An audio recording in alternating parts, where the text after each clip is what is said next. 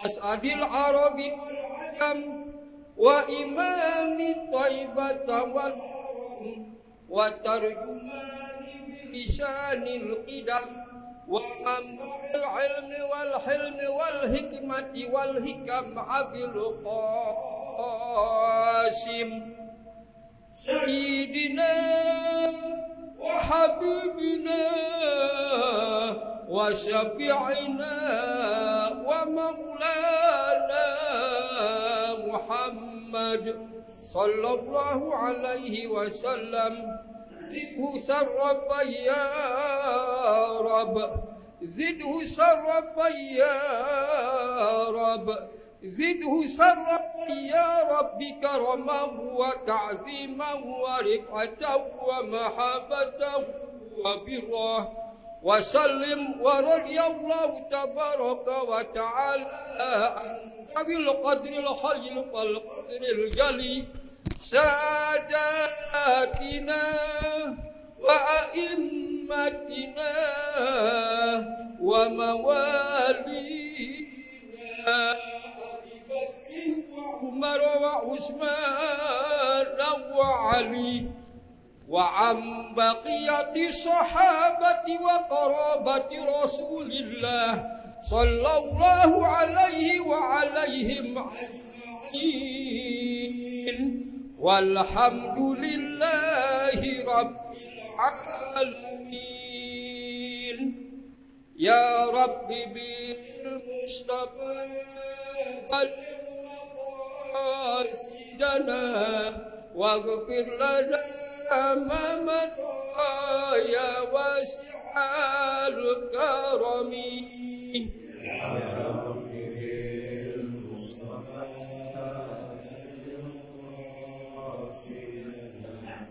واغفر لنا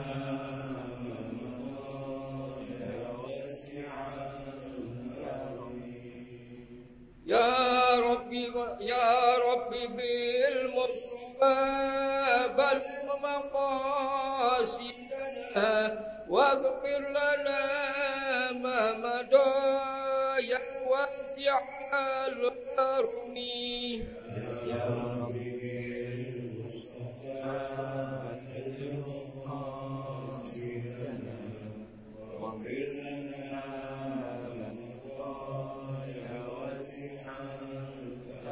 هو الحبيب الذي ترجى شفاعته لكل حول من الأحوال منتقم. يا ربي المصطفى بلغ مقاصدنا واغفر لنا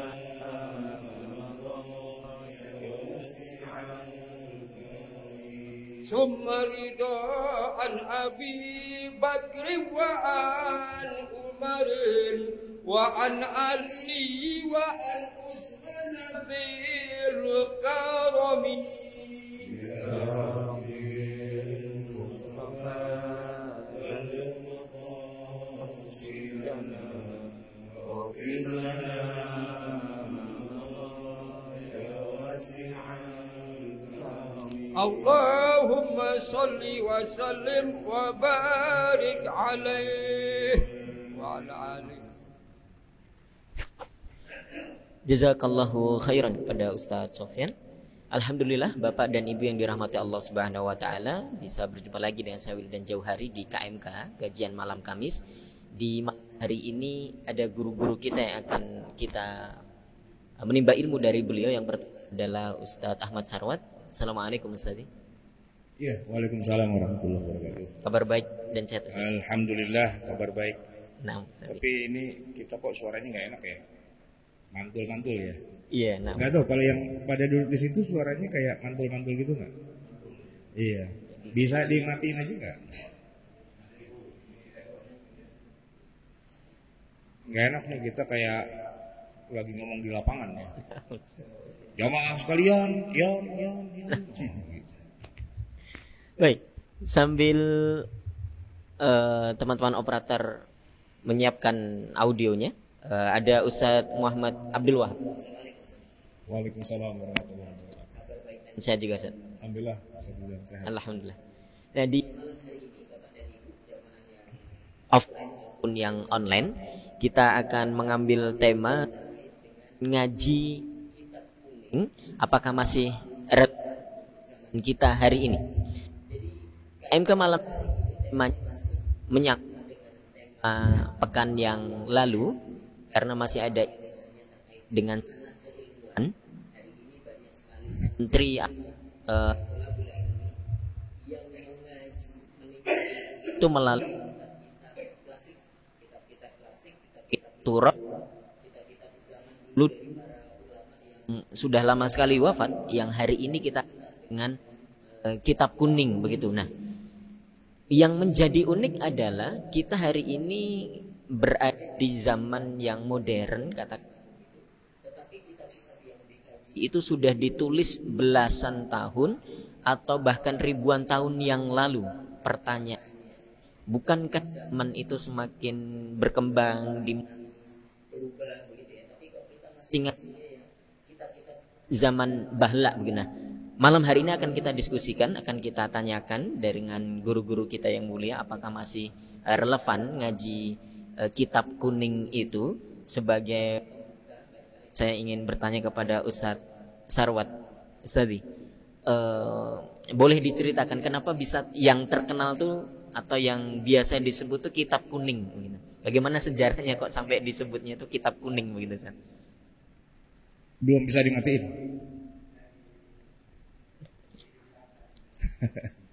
Baik, jadi begini, ini suara asli aja malah lebih enak ya. Jadi begini, disebut dengan kitab kuning, memang wujud fisiknya dulu aslinya warnanya kuning, zaman dulu ya. Karena memang kita zaman segitu belum punya pabrik kertas yang modern. Jadi kertas-kertas di tahun-tahun awal-awal ya, tahun berapa ya? Ya pokoknya saya tahun 70-an masih lihat itu kitab kuning kayak gitu. Mungkin sampai sekarang masih ada ya. Mungkin ya.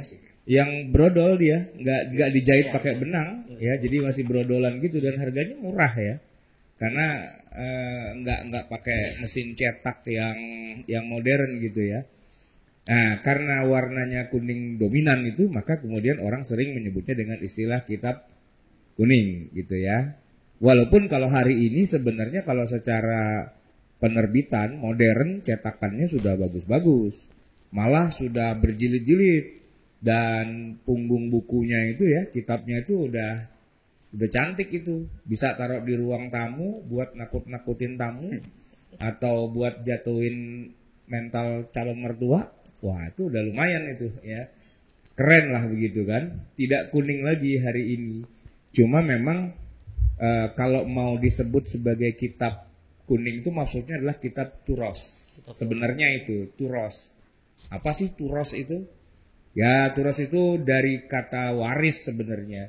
Yang kita warisi dari generasi yang tadi antum bilang itu udah beribu-ribu tahun gitu ya. Udah lama banget. Kalau kita contoh yang gampang gini. Ngaji kitab kuning itu biasanya apa sih? Ya kalau kita ngomongin kitab tafsir dulu deh ya. Biasanya kan Ibnu Katsir. Nah, Ibnu Katsir tuh tahun berapa hidupnya? Tahun berapa Ustaz? 700-an ya? 700-an. Terus kalau kita ngomongin kitab, katakanlah nih yang sering selama ini kita baca tiap KMK selama masa pandemi ya. Al-Qadhi Abu Syuja. Itu berapa? 590-an ya. Iya, tahun 500 Hijriah, bayangin. Sekarang kan tahun berapa? 1400. Berapa sih sekarang? 1443. Ya. Dia hidup tahun 500. Berarti kan berapa ratus tahun yang lalu kan?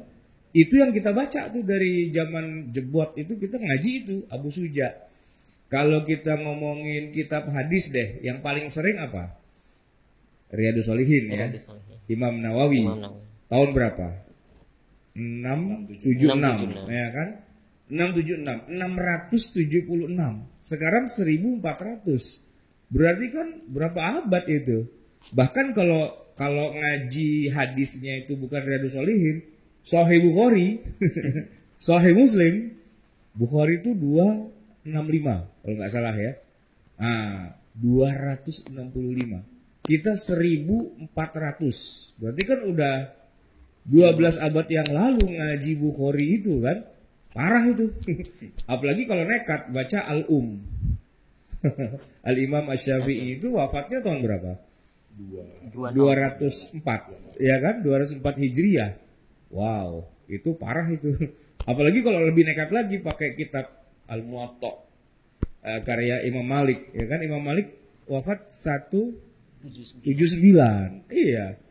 Kita hafal ya kayak gitu-gitu karena emang mau nggak mau harus hafal ya angka-angka tahun itu. Artinya naskahnya memang kuno sekali, turos banget, dan fisiknya sampai kepada kita di awal itu memang ya lecak begitu, ya kan? Nah baru kemudian ketika banyak mahasiswa S2, S3 lah ya di Timur Tengah sana melakukan riset yang disebut dengan istilah tahqiq gitu ya. Nah hasil tahqiqnya itu kemudian diterbitkan oleh banyak penerbit kelas dunia. Apa sih yang terkenal tuh DKI atau apa gitu ya. Banyak ya. Nah itu kemudian baru tuh jadi kitab yang tadi menggetarkan hati calon mertua. Nah gitu karena dia punya wujud fisik yang lebih cakep, nggak kuning lagi, kuning sih tapi kuning keemasan. Nah gitu Ustaz Wildan. Baik, sejarahnya jadi bukan karena itu sebuah istilah khusus begitu untuk menyebut itu kitab kuning. Bahkan di dunia Arab pun juga nggak kenal apa itu kitab kuning. Ya mereka nggak bilang Al-Kutubus Sofra gitu, enggak sih ya. Ikut-ikutan kita aja kadang-kadang suka ngasih nama seenaknya. Kitab kuning lah gitu ya. Oke. Karena di masa awal kita ya hadirnya dengan cetak kertas yang ya, berwarna kuning itu. Kalau orang Arab kita jangan bilang Al-Kutub As-Sofra, tapi Kutubut Turas. Betul. Ya, Turas. Makanya tuh Ustaz Wildan di website itu ada turas.io. Okay. Ya, tapi karena ejaannya pakai Inggris jadi turat. Pakai TURATH.io, ya kan? Wah, itu ada ribuan kitab tuh sudah online kayak gitu. Itu Turas itu. Kalau kita terjemahin bahasa Indonesia jadi kitabkuning.com itu. Nah, Ustaz, menariknya begitu Ustaz. Sudah jadi istilah yang terlanjur masyhur begitu ya. Hari ini pun yang cetakan putih pun masih kitab kuning. Ya, orang masih menyebut itu karena udah terlanjur ya. Ya, udah terlanjur lah. Jadi Turas, kitab yang klasik ditulis oleh ulama-ulama zaman salaf begitu kira-kira. Baik, saya pindah ke Ustadz Wahab nih Ustadz. Kita kan dulu atau Ustadz Wahab belajar di Lipia begitu ya. Mengkajinya kitab-kitab kuning tadi, kitab Turas, karya ulama-ulama klasik, ulama salaf gitu. Nah, problemanya itu apa Ustadz? Masalahnya yang biasa dihadapi atau boleh jadi nanti pengalaman antum pribadi gitu ya ketika berinteraksi, membaca, belajar dengan kitab-kitab karya orang dulu begitu, karya ulama-ulama kita zaman dulu. Kan kita di zaman kita sekarang ini. Tafadhol Ustaz.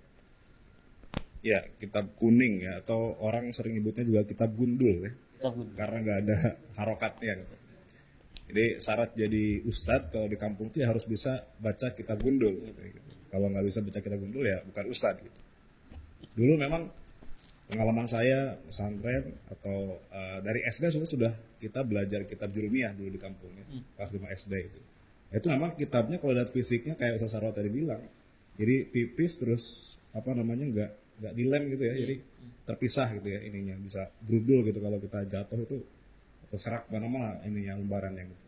Nah, itu kitab kuning zaman dulu. Kalau sekarang memang hampir nggak ada yang begitu ya, semua cetakan sudah bagus. Nah, memang dalam membaca kitab kuning memang banyak tantangannya tersendiri ya buat kita sebagai santri, ya apalagi yang belum pernah nyantri gitu ya. Nah, itu memang banyak tantangannya. Pertama tadi Ustadz Wildan bilang bahwa kitab kuning ini kitab Turas yang memang ditulis oleh para ulama dari beberapa abad yang lalu. Ada yang tadi Imam Syafi'i misalnya di abad kedua, abad ketiga, abad keempat. Kita sekarang sudah abad ke-15 Hijriah ya. Sudah berabad-abad jarak antara kita dengan penulis kitab kuning yang sering kita baca di pesantren-pesantren itu ya. Maka banyak tantangannya. Pertama kalau pengalaman dulu di pesantren karena masih pakai cetakan yang lama, yang cetakannya itu belum rapih gitu ya, fontnya itu belum font tradisional Arabic kayak zaman sekarang atau Arabic typesetting gitu kan kalau zaman sekarang ya. Sudah seragam gitu tulisannya, hurufnya itu sama semua. Nah, kalau cetakan zaman dulu itu kan kayak tulisan tangan gitu ya, hampir mirip kayak tulisan tangan. Jadi Tintanya blobor tintanya ya. iya, tintanya juga nggak rapih gitu. Nah itu memang kalau kita baca tulisannya itu tidak ada pemisah per paragraf. Jadi ya sudah satu halaman itu tulisan Arab semua dari atas sampai bawah.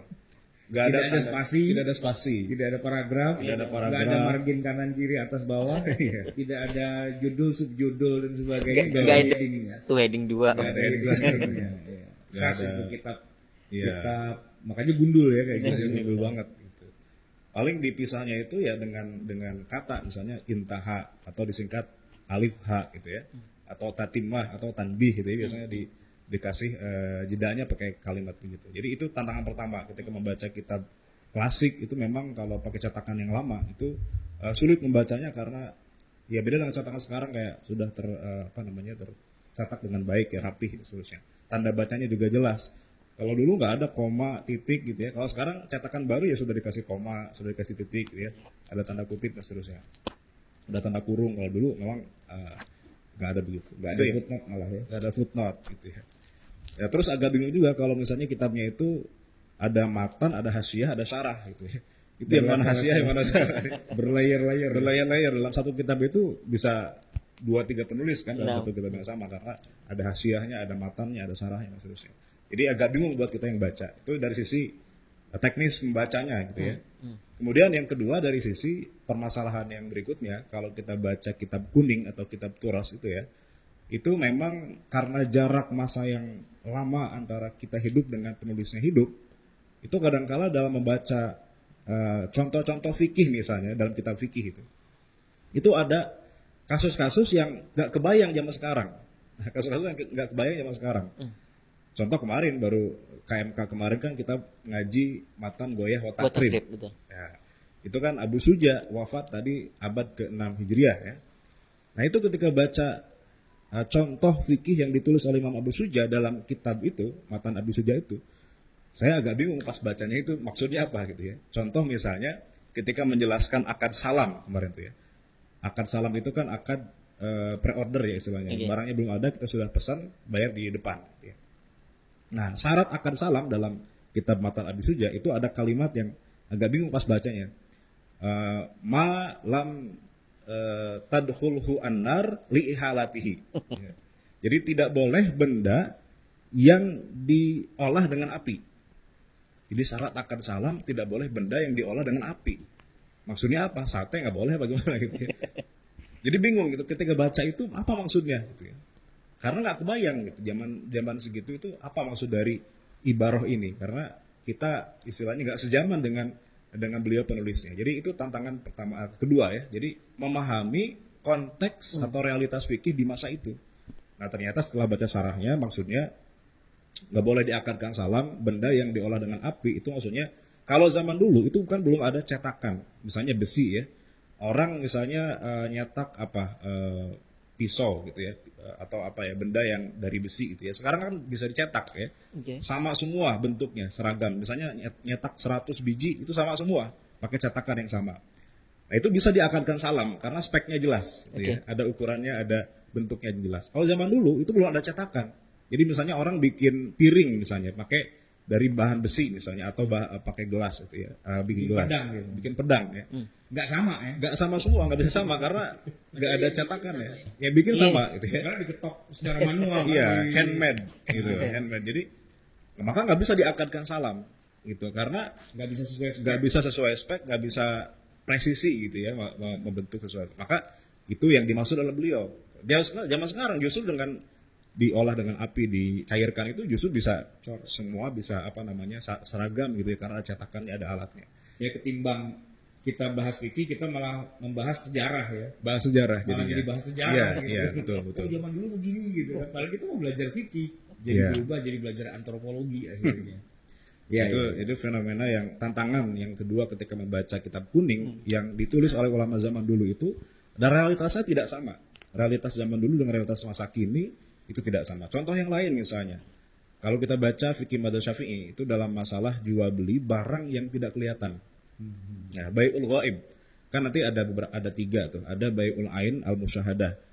Jual beli barang yang terlihat, boleh, ya. Atau jual beli bai'u mausufin fi dhimmah. Itu jual beli berdasarkan spek, bukan berdasarkan benda-bendanya belum ada, tapi berdasarkan spek. Kita minta speknya begini, nanti diadakan barangnya, itu boleh. Nah, yang ketiga bai'u ghaibin. Ini jual beli barang berdasarkan barang, tapi barangnya nggak kelihatan. Barangnya ada nih, ya, tapi barangnya belum kelihatan sama orang yang beli. Misalnya jual beli rumah, rumahnya belum dilihat, rumahnya jauh di mana gitu ya. Negeri, ya. Kita beli dari sini ke orangnya langsung, tapi rumahnya belum dilihat. Itu kata madzhab Syafi'i nggak boleh. Haram gitu ya. Haram, nggak boleh, harus dilihat dulu langsung gitu ya. Nah, zaman dulu masuk akal ya, karena kita nggak bisa lihat langsung dan boleh jadi tidak sesuai dengan ekspektasi kita gitu ya, rumah itu karena belum dilihat. Nah, sekarang bagaimana hukumnya? Karena sekarang sudah ada teknologi yang bisa mewakili mata kita gitu ya, yaitu kamera, bisa divideokan, bisa difoto, bisa di semua sisi divideokan 360 derajat misalnya. Apakah itu bisa dianggap sebagai, ya, yang mengecualikan itu bisa jadi boleh sekarang gitu ya.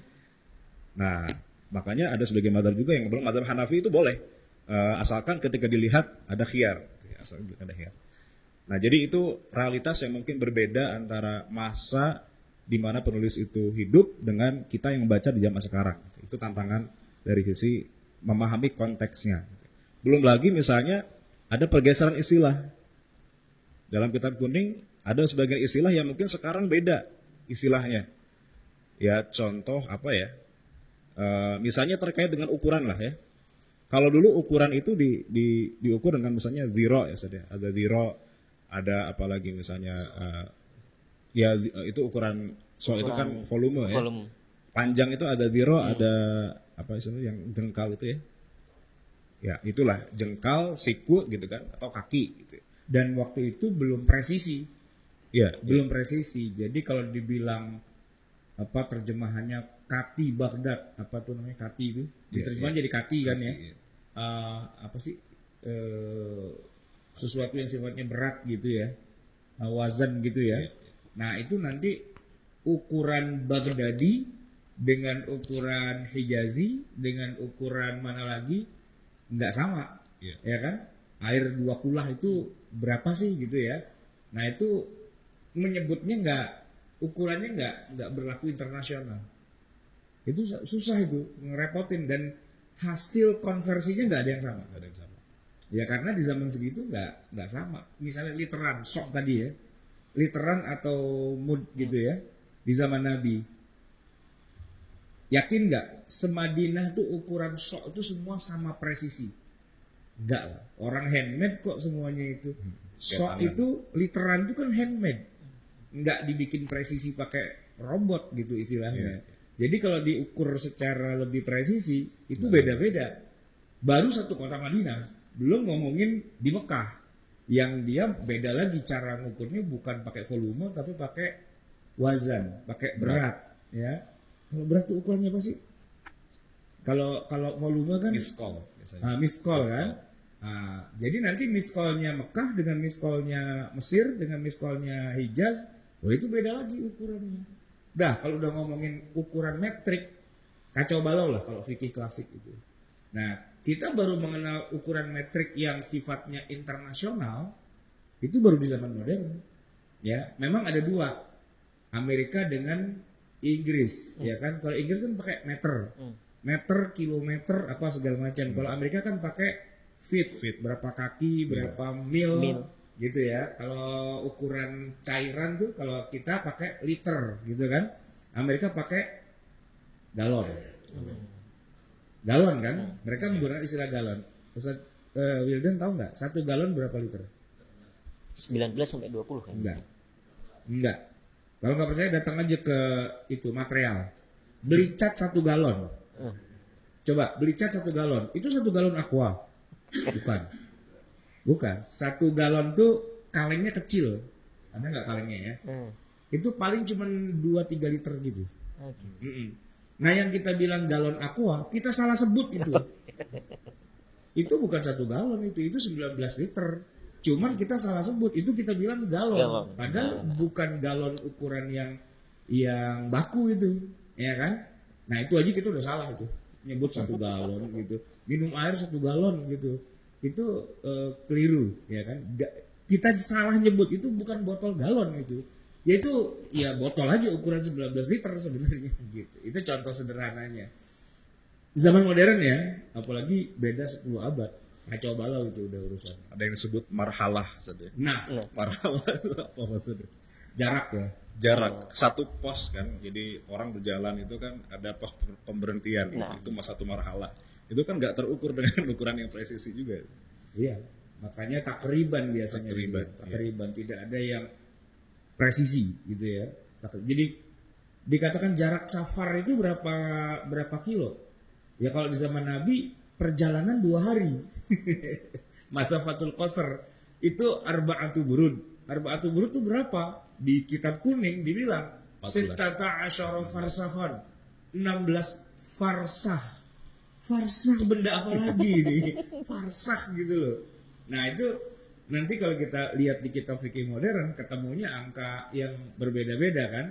Dr. Wahbah Zuhaili itu 88,704. Nanti siapa lagi itu mau udah beda lagi lah. Makanya kiai kita kalau ngajar kitab fikih udah ngomongin ukuran, satuan berat, satuan panjang, satuan apa dan sebagainya, itu udah pada puyang gitu.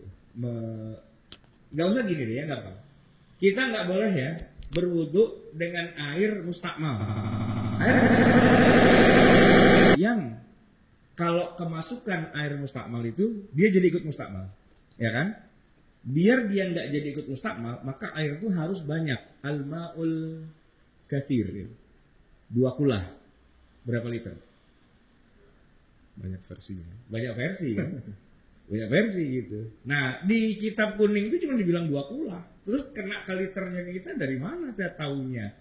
Puyang itu. Nggak udah kacau tuh. Benar jadi kata Ustaz Wahab itu. Kitab kuning bikin puyang. Karena ngomongin suasana di zaman itu dan kita kaitkan dengan ukuran-ukuran yang ada di zaman kita sekarang. Udah nggak bener aja bawaannya itu. Ustaz. Ya. Baik, menarik ini Ustaz. Tadi ada beberapa yang saya catat. Tantangan ya dari ngaji kitab kuning atau kitab klasik itu adalah yang pertama dari sisi apa kita menyebutnya, teknik penulisan begitulah ya. Belum ada tanda baca, kemudian paragraf alineanya kita pusing banget begitu kan untuk membacanya. Itu dari sisi teknik penulisan. Kemudian yang kedua dari sisi kontennya. Kontennya ada hal-hal yang hari ini kita nggak ketemu lagi nih ya karena sudah berbeda zaman itu tadi. Kemudian ada definisi-definisi tadi terkait satuan berat, volume, panjang atau jarak, itu juga kita harus merumuskan ulang misalnya begitu. Nah, dengan tantangan yang ternyata masih banyak. Lagi, Arab. Arab itu Arab maklum lah ya. Begini, mereka itu terbiasa ya, budayanya tuh hafal. Jadi apa-apa dihafal. Ya kan? Dibuatkan bait syairnya. Kaidah-kaidah apapun itu dibuatkan bait syair. Dan bait syair itu emang dia doyannya ngapal, dihafal. Padahal kalau kita nih di zaman sekarang ya, yang namanya kaidah atau rumus itu nggak usah dihafal, difahami gitu ya kan? Ya, ada segitiga siku-siku. A kuadrat plus B kuadrat sama dengan C kuadrat. Itu kan kita harus pahami konsep itu kan. Bahkan kalau perlu kita buat lambangnya segitiga. Ini A, ini B, ini C. Dan kita buat rumusnya A kuadrat, dikasih kita gambar ya, A kuadrat plus B kuadrat sama dengan C kuadrat. Gitu kan. Belajar apa tuh ilmu ukur, trigonometri lah ya gitu ya. Orang Arab enggak begitu. Rumus segitiga siku-siku dibikin puisi. Dibikin syair. Dan kemudian dinyanyikan. Hafal, faham. Nah, itu masalahnya. Paham nggak? Nah, buat mereka itu dihafal aja gitu. Jadi ya kalau yang namanya menghafal beribu-ribu bait syair, iya, gitu kan? Tapi kita malah jadi nggak paham. Kan kita puyeng ya waktu masih kuliah di LIPI ya. Grammar nahwu dibikin bait syair oleh Ibnu Malik. Jadi berapa bait sih? 1000 ya? Alfiyah Ibnu Nah, Malik. Alfiyah itu kan 1000-an gitu ya. Kan kita jadi puyeng ya. Jadi puyeng. Maksudnya gini, apa yang dimaksud dengan fi'il, apa yang dimaksud dengan maf'ul, apa yang dimaksud dengan fa'il, apa yang dimaksud dengan naibul fa'il dan sebagainya. Harusnya kalau kita zaman sekarang kan kita buat diagram, gitu kan? Kita buat tabel, kita buat grafik. Oh gini loh maksudnya. Kan kita bisa memahami gitu. Sama dia dibikin jadi lagu. Gitu. Dan lagunya dihafal, dinyanyikan. Gitu. Kan kita jadi muter-muter hari ini memahaminya. Itu yang membuat nggak paham-paham gitu. Ngaji sih iya, hafal juga mungkin iya. Tapi paham nggak? Itu masalah besar buat kita. Yang hidup di zaman sekarang, yang kita itu memahami sesuatu bukan dengan cara dibikin syair. Tapi dibuat tabelnya, grafiknya, diagram. Bangsa Arab zaman segitu nggak kenal diagram. Nggak kenal tabel, nggak kenal grafik gitu. Nggak kenal mereka. Ya bukan cuma bangsa Arab, ya semua bangsa di dunia zaman segitu nggak ada. Mana ada kitab kuning ada tabel grafiknya? Nggak ada kan? Nggak ada. Nah padahal justru dengan tabel-tabel itu kita jadi paham, oh maksudnya begini. Oh maksudnya begini, gitu ya. Di zaman sekarang. Itu yang bikin kita jadi kesulitan memahami apa esensinya. Baik. Poin tambahnya berarti terkait latar belakang budaya berarti Ustaz ya. Dulu budayanya memang dihafal kemudian dibikin syair agar itu memudahkan untuk ya dimengerti. Kalau hari ini mungkin sudah bergeser begitulah. Atau kita orang Indonesia kayaknya juga nggak pakai syair-syair begitu Ustaz. Ya syair sih buat kesenangan hati doang ya, bukan untuk memahami satu masalah gitu. Ya kan kita suka berpuisi, kita suka lagu-lagu, suka apa, tapi kan itu cuma buat mainan aja, bukan buat memahami gitu. Baik, insya Allah akan kita lanjutkan setelah kita menyimak dan mendengarkan suara adzan untuk salat Isya.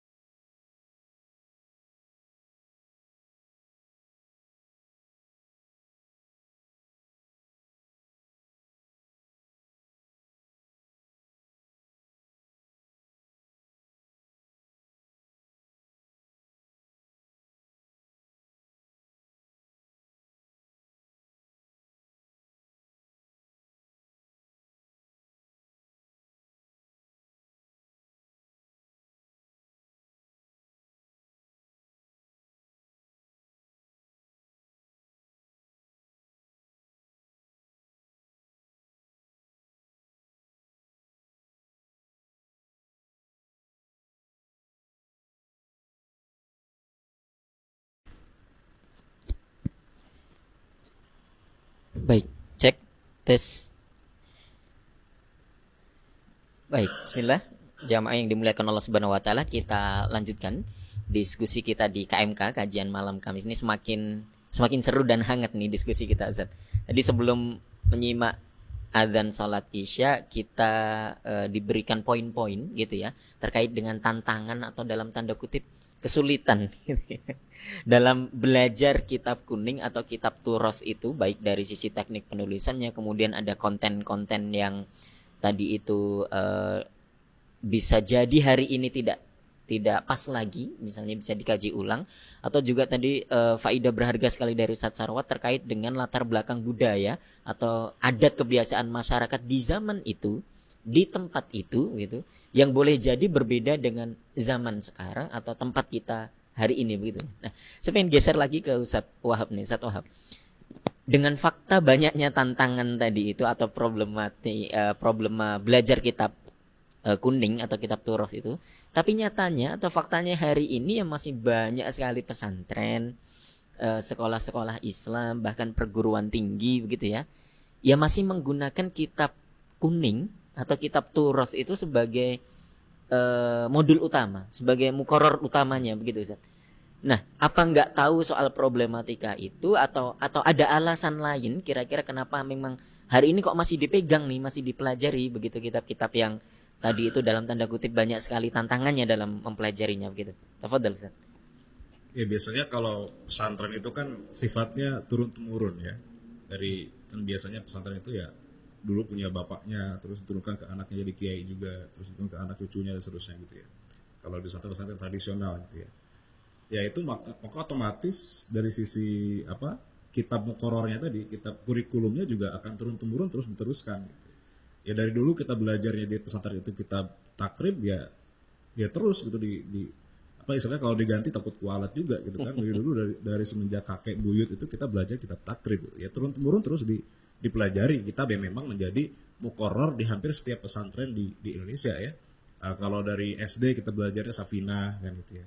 Naik lagi misalnya ada Matan Abu Suja, kemudian Fathul Qorib, kemudian Fathul Mu'in, I'anatul seterusnya gitu ya. Itu jenjang-jenjangnya memang sudah begitu, sudah dianggap baku dan dianggap yaitu kitab sucinya pesantren lah gitu ya. Jadi turun-temurun.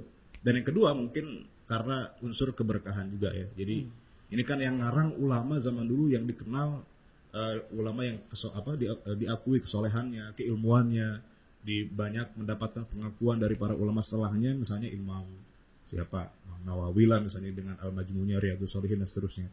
Sehingga orang-orang selain mempelajari kitab untuk mempelajari ilmu, juga istilahnya ngalap berkah, tabarukan dengan penulis kitabnya. Karena penulis kitabnya terkenal sebagai ulama yang mu'tabar, ulama yang soleh, ulama yang diakui keilmuannya ya. Ya maka ya kita jadi mempelajari kitab karena figur penulisnya ya, Nawawi dan seterusnya ya. Nah, kemudian ada kelebihan juga sebetulnya dalam kitab kuning itu karena tadi bentuknya misalnya kata Ustaz Sarwat bilang ada dibikin syair segala macam. Itu kalau buat santri memang mempermudah buat dihafal. Karena memang santri itu ya kalau di pesantren yang kerjaannya ngafal. Kita bukan cuma baca ngelogat tapi juga ngafal. Nah, kalau ngafal ya enaknya memang pakai kitab-kitab yang matan. Kalau di SD dulu saya jurumiyah tuh hafal tuh SD. Sekarang udah lupa lagi. Jurumiyah hafal. Tapi nggak paham gitu. Cuma dihafal aja karena matan dan pendek gitu ya. Al-kalamu huwa lafdul murakkabul mufidu bil wad'i gitu seterusnya gitu kan. Kemudian alfiyah, bentuknya syair kan, mudah dihafal. Itu buat santri enak. Yang penting subuh-subuh ngafalin kan, bareng-bareng seru gitu ya. Hangat suasananya. Dan itu enak baca kitab kuning itu gitu deh kelebihannya. Tapi ya tadi kalau paham nggak paham ya tergantung santrinya ya. Ada yang paham, ada yang nggak juga mungkin gitu ya.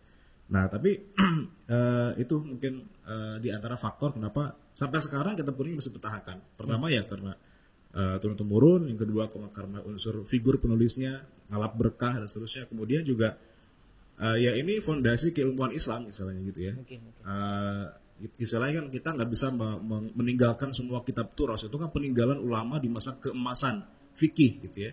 Ya kita lestarikan istilahnya. Kalau warisan kan dilestarikan. Istilahnya apa ya? Ya melestarikan budaya atau melestarikan warisan ulama zaman dulu. Ya kita hidupkan dengan cara mempelajarinya dan seterusnya. Ya. Dan kita nggak bisa melempar atau kan ada orang yang bilang udah bakar aja itu kitab kuning katanya. Buat apa belajar kitab kuning? Tapi kan nggak bisa begitu juga karena kitab kuning itu kan ibarat kata kita puzzle, susunan puzzle yang sudah tersusun. Nah, urusan ada puzzle yang belum lengkap, ya berarti bukan berarti kita menghancurkan puzzle yang sudah tersusun itu gitu ya. Kita tinggal melengkapi dan seterusnya. Mungkin itu dari saya. Ada tambahan Ustaz Sarwan? Apa nih?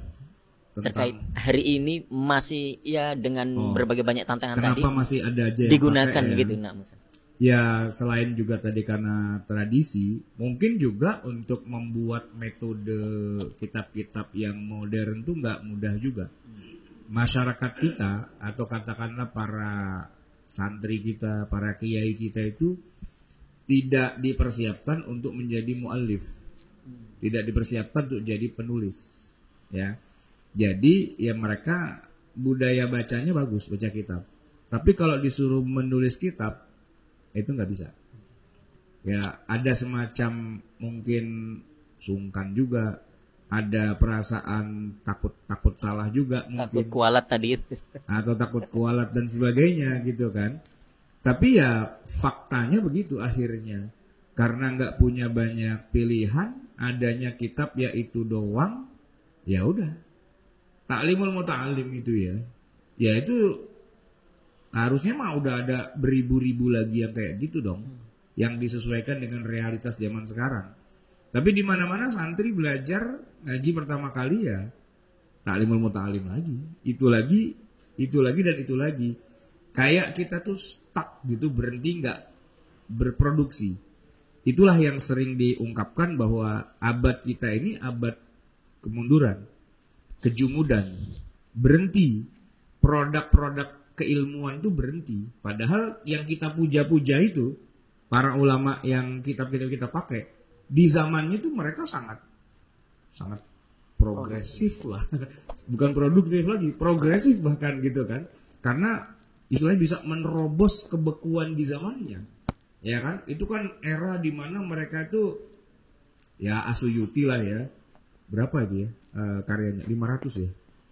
Nulis terus kerjaannya gitu kan. Ulama kita hari ini bukannya nggak bisa, bukannya nggak punya ilmu, punya, tapi wallahu alam bisawab nggak pada menulis gitu. Maka kalau kita lihat karya-karya ulama modern itu sangat terbatas, kitab-kitab katakanlah fikih ya, yang modern itu terbatas, kitab hadis yang modern terbatas, kitab usul fikih yang modern terbatas, kitab tafsir yang modern itu terbatas. Paling kita bisa nyebut siapa? Dr. Wahbah Zuhaili. Paling-paling itu, ya kan, dengan tafsir Munirnya, dengan Al-Fiqhul Islami wa Adillatuhunya. Itu lagi gitu ya. Atau mungkin Dr. Yusuf Qardawi gitu kan ya. Nah, yang produktif itu sedikit, sehingga di pesantren-pesantren dan sebagainya nggak punya. Kalau fikih manhaji kan modern juga ya. Modern. Fikih Syafi'i ya. Nah gitu. Tapi itu terbatas gitu. Terbatas dan kitabnya besar, harganya mahal. Apalagi itu ya kan. Nah, oleh karena itulah maka jadi sedikit problem juga itu. Ya. Karena keterbatasan kitab-kitab modern bukan berarti ulamanya nggak punya ilmu, punya tapi tidak produktif. Itu salah satu hal yang harus kita akui sebagai kekurangannya gitu. Padahal seandainya pakai kitab fikih modern ya gampang banget jadinya. Saya itu baru rada fahamnya itu agak lumayan justru saya sudah menghatamkan Al-Fiqhul Islami wa Adillatuhunya Dr. Wahbah Zuhaili. Kenapa? Sistematikanya tuh cakep banget gitu ya, paragraf-paragrafnya, pointer-pointernya gitu kan, pembagian heading-headingnya, dan asiknya lagi dia kan sudah modern kan, Al-Fiqhul Islami, ini fikihnya, wa adillatuhu, dan ini dalilnya, bakal sudah digabungkan dengan masing-masing mazhab, ada footnote-nya pula gitu kan. Jadi kayak kita kalau udah punya itu tuh udah selesai, ilmu fikih udah khatam kita gitu. beliau memang itu maunya biar kita tuh cepat lebih paham daripada pakai kitab turos yang muter-muter nggak paham-paham, pakai bahasa Arab yang modern yang kita pakai sehari-hari, walaupun masih bahasa Arab ya, tapi itu lebih mudah untuk memahaminya. Begitu juga kalau kita baca tafsir, antum pernah baca tafsir Tabari nggak? Ya pernah lah ya, buka-buka. Bandingin dengan Wahbah Zuhaili Al-Munir, kan asik banget. Antum pernah baca Raudatun Nadhir? Pernah ya? Kayaknya pernah deh kita. Bandingkan dengan usul fikihnya Wahbah Zuhaili yang 2 jilid itu, kan jauh gitu, lebih mudah, lebih simple gitu. Sehingga ini untuk pengajian, bukan pengajian sih ya, untuk kampus perkuliahan modern abad ini, Al-Azhar Mesir itu sudah nggak pakai lagi kitab turos. Untuk muqarrar itu dosennya yang bikin tulisan, bikin muqarrar, bikin kurikulum, silabus, dosennya yang nulis. Mahasiswanya beli buku yang disusun oleh doktornya, gitu kan?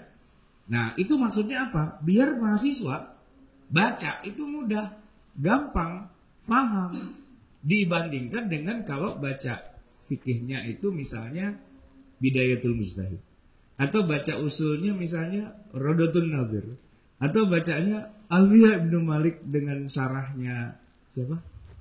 Syarahnya yang kita masuk di Audahul Mahalik itu. Audahul Masalik Ibnu Hisham gitu kan, puyang kita itu kan. Nah jadi beruntung sekali nih teman-teman kita yang pada kuliahnya di Azhar. Kenapa? Karena mereka dikasih jembatan untuk lebih mudah dengan kitab-kitab yang lebih simple, yang lebih modern gitu, dengan bahasa yang lebih modern, dengan pendekatan ibarah yang lebih modern, yang sesuai dengan kekinian. Walaupun itu juga dikritik gitu. Lu jadi nggak tahu turos dong. Nah gitu kan. Kita nih bisa bangga nih sama mahasiswa Al-Azhar, ya kan? Lu tahu ini nggak? Raudatun Nadhir? Nggak tahu dia, ya kan? Tahu Ibnu Katsir nggak? Nggak tahu dia. Nggak tahu kitab-kitab itu. Kalau dia cuma mengandalkan kuliah yang formal, kecuali kalau dia ikut nanti ada daros misalnya, mulazamah dengan syekh tertentu, menghatamkan kitab-kitab tertentu, oke lah gitu. Tapi yang kuliah formalnya itu nggak pakai kitab turos, pakai kitab modern. Dan Dr. Wahbah Zuhaili itu produk Al-Azhar. Ya maksudnya dia bikin aja udah Al-Fiqhul Islami wa Adilatuhu itu berapa jilid ya? 11 ya atau 9 gitu ya. Wah itu luar biasa gitu. Lebih sangat memudahkan buat kita. Setidaknya yang sudah bisa nahu dikit-dikit, yang sudah bisa bahasa Arab dikit-dikit kayak kita ini kan, baca kitabnya Wahbah Zuhaili lebih mudah daripada baca kitabnya An-Nawawi, ya kan? Kira-kira seperti itu tuh. Jadi kenapa masih ada pengajian yang atau pesantren yang masih pakai kitab turos? Saya sih melihatnya 2 sisi. Yang tadi Ustaz Wahab sudah cerita ya tentang nggak mau apa kualat apa segala macam gitu-gitu, udah jadi tradisi dan sebagainya gitu. Kalau saya melihat yang kedua, dia nggak punya pilihan lain kecuali hanya itu, padahal sudah ada produk yang lebih modern. Cuman untuk pindah ke yang modern itu tadi Ustaz Wahab bilang itu kan tebel-tebel juga tuh kitabnya gitu ya. Ya tapi kalau Fiqhul Manhaji tebel juga ya. Lumayan juga ya. 400.000 harganya. Iya. Kalau di pesantren kayaknya nggak cocok ya. Buat santri kemalan ya. Iya. Oke. Itu. Baik Ustaz. Ini menarik. Saya pengen geser pertanyaannya lebih ke apa namanya? Mungkin konsepnya dulu Ustaz.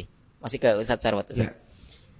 Tadi kan kalau disebut kitab kuning atau kitab turos, kitab klasik itu kan genrenya banyak. Yeah. Misalnya tadi ada Ibnu Katsir itu ya di bidang tafsir begitu, Riyadhus Shalihin Imam An-Nawawi berarti di bidang hadis, atau tadi juga tersebut Ta'limul Muta'alim Imam Zarnuzi itu bidang akhlak begitulah. Nah, apakah kemudian fikih juga tadi tentu saja kita sebutkan Ihya Ulumuddin. Nah, Ustaz, yang harus atau dalam tanda kutip hari ini disesuaikan lagi, ada penyesuaian ulang dimodernkan atau disesuaikan dengan zaman kita itu, apakah bisa mencakup semua genre itu atau cuma masing-masing genre saja? Maksud saya begini Ustaz, misalnya kalau kenapa hari ini orang masih belajar Ta'limul Muta'alim, ya karena itu kitab akhlak.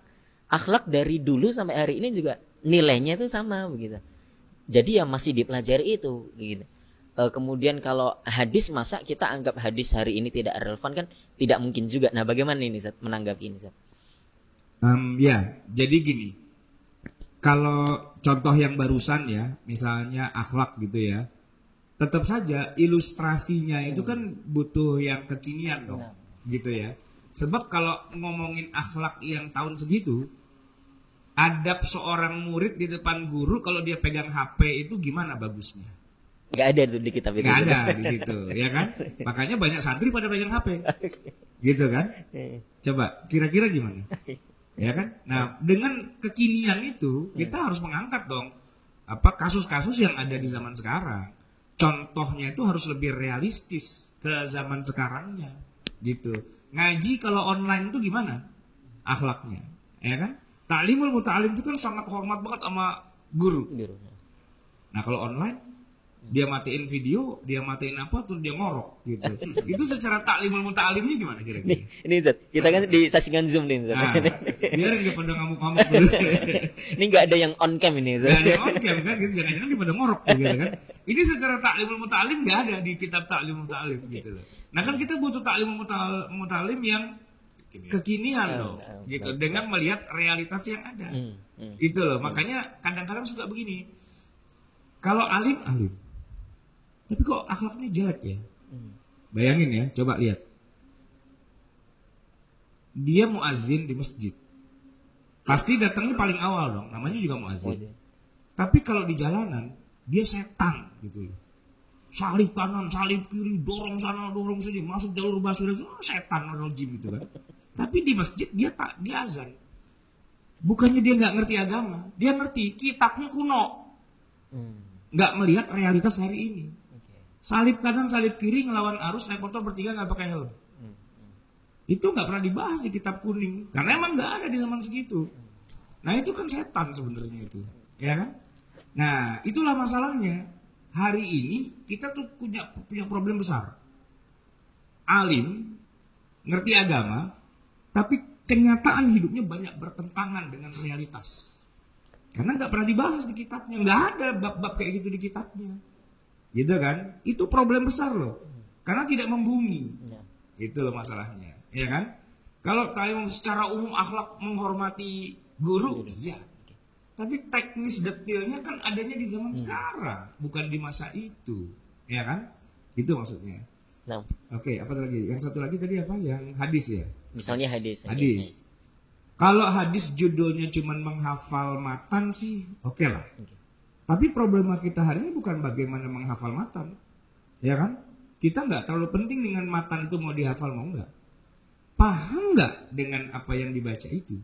Itu problema kita belajar hadis hari ini tuh bukan menjaga sanad. Sudah selesai urusan menjaga sanad tuh sudah nadija wahtaraka. Udah selesai. Apalagi yang mau kita jaga? Orang udah dicetak kok, ya kan? Udah jadi, udah hafiz gitu istilahnya. Ya kan, kalau dulu kan kitab hadis itu belum ditulis, maka orang yang menghafal beribu-ribu hadis itu kita kasih 2 jempol, kita kasih nama Al-Hafidh Ibnu Hajar Al-Asqalani. Tapi itu memang misinya di masa itu cuma buat ngejagain doang. Tapi hari ini kita buat ngapain lagi ngejagain itu? Udah pasti dijamin terjaga. Yang jadi masalah di hari ini bukan itunya. Lu paham nggak apa yang dimaksud oleh Nabi di balik apa yang beliau katakan tuh, paham nggak? Kan problemnya lebih memahami apa yang tersirat di balik yang tersurat. Poinnya itu. Tapi kajian hadis di mana-mana kan yang dipikir sahih apa enggak? Itu lagi yang diputar-putar gitu kan. Dan justru yang terjadi malah para pembelajar hadis terjebak dengan teks. Terjebak dengan teks hadis. Dan tidak paham konteks akhirnya. Dan itu jadi agak-agak bikin kerjaan tersendiri itu pada akhirnya. Iya kan? Justru yang harus diketahui adalah konteksnya gimana sebenarnya. Ketika Nabi bilang begini, bilang begitu, maksudnya apa? Dengan realitas kita di zaman sekarang. Dan banyak lagi tadi kayak Ustaz Wahab bilang, banyak hadis-hadis Nabi yang hari ini tuh nggak bisa dipakai gitu. Karena waktu itu Nabi ngomongnya sesuai dengan konteks di masa itu. Ustaz Wahab mungkin bisa cerita ya. Nggak boleh itu namanya talaki ar-rukban gitu ya. apa sih talaki arukban itu? Menyongsong, mencegat petani dari desa yang menuju kota yang mau jual hasil buminya. Itu nggak boleh kita songsong ya. Nah itu kan maksudnya apa? Nggak boleh songsong gimana maksudnya kan? Tentu ada konteksnya di masa itu kan. Bagaimana kita memahami hadis itu? Jangan terjebak pada harfiah. Nah ini kenapa kok pada terjebak pada harfiah kayak gitu? Karena yang diributin matangnya, bukan syarahnya. Itu. Menarik Ustaz nih. Penyesuaiannya bisa masuk ke berbagai genre ya tergantung kebutuhan dari masing-masing genre itu ya. Kalau akhlak ya nilai-nilai besarnya itu akan sama di setiap zaman.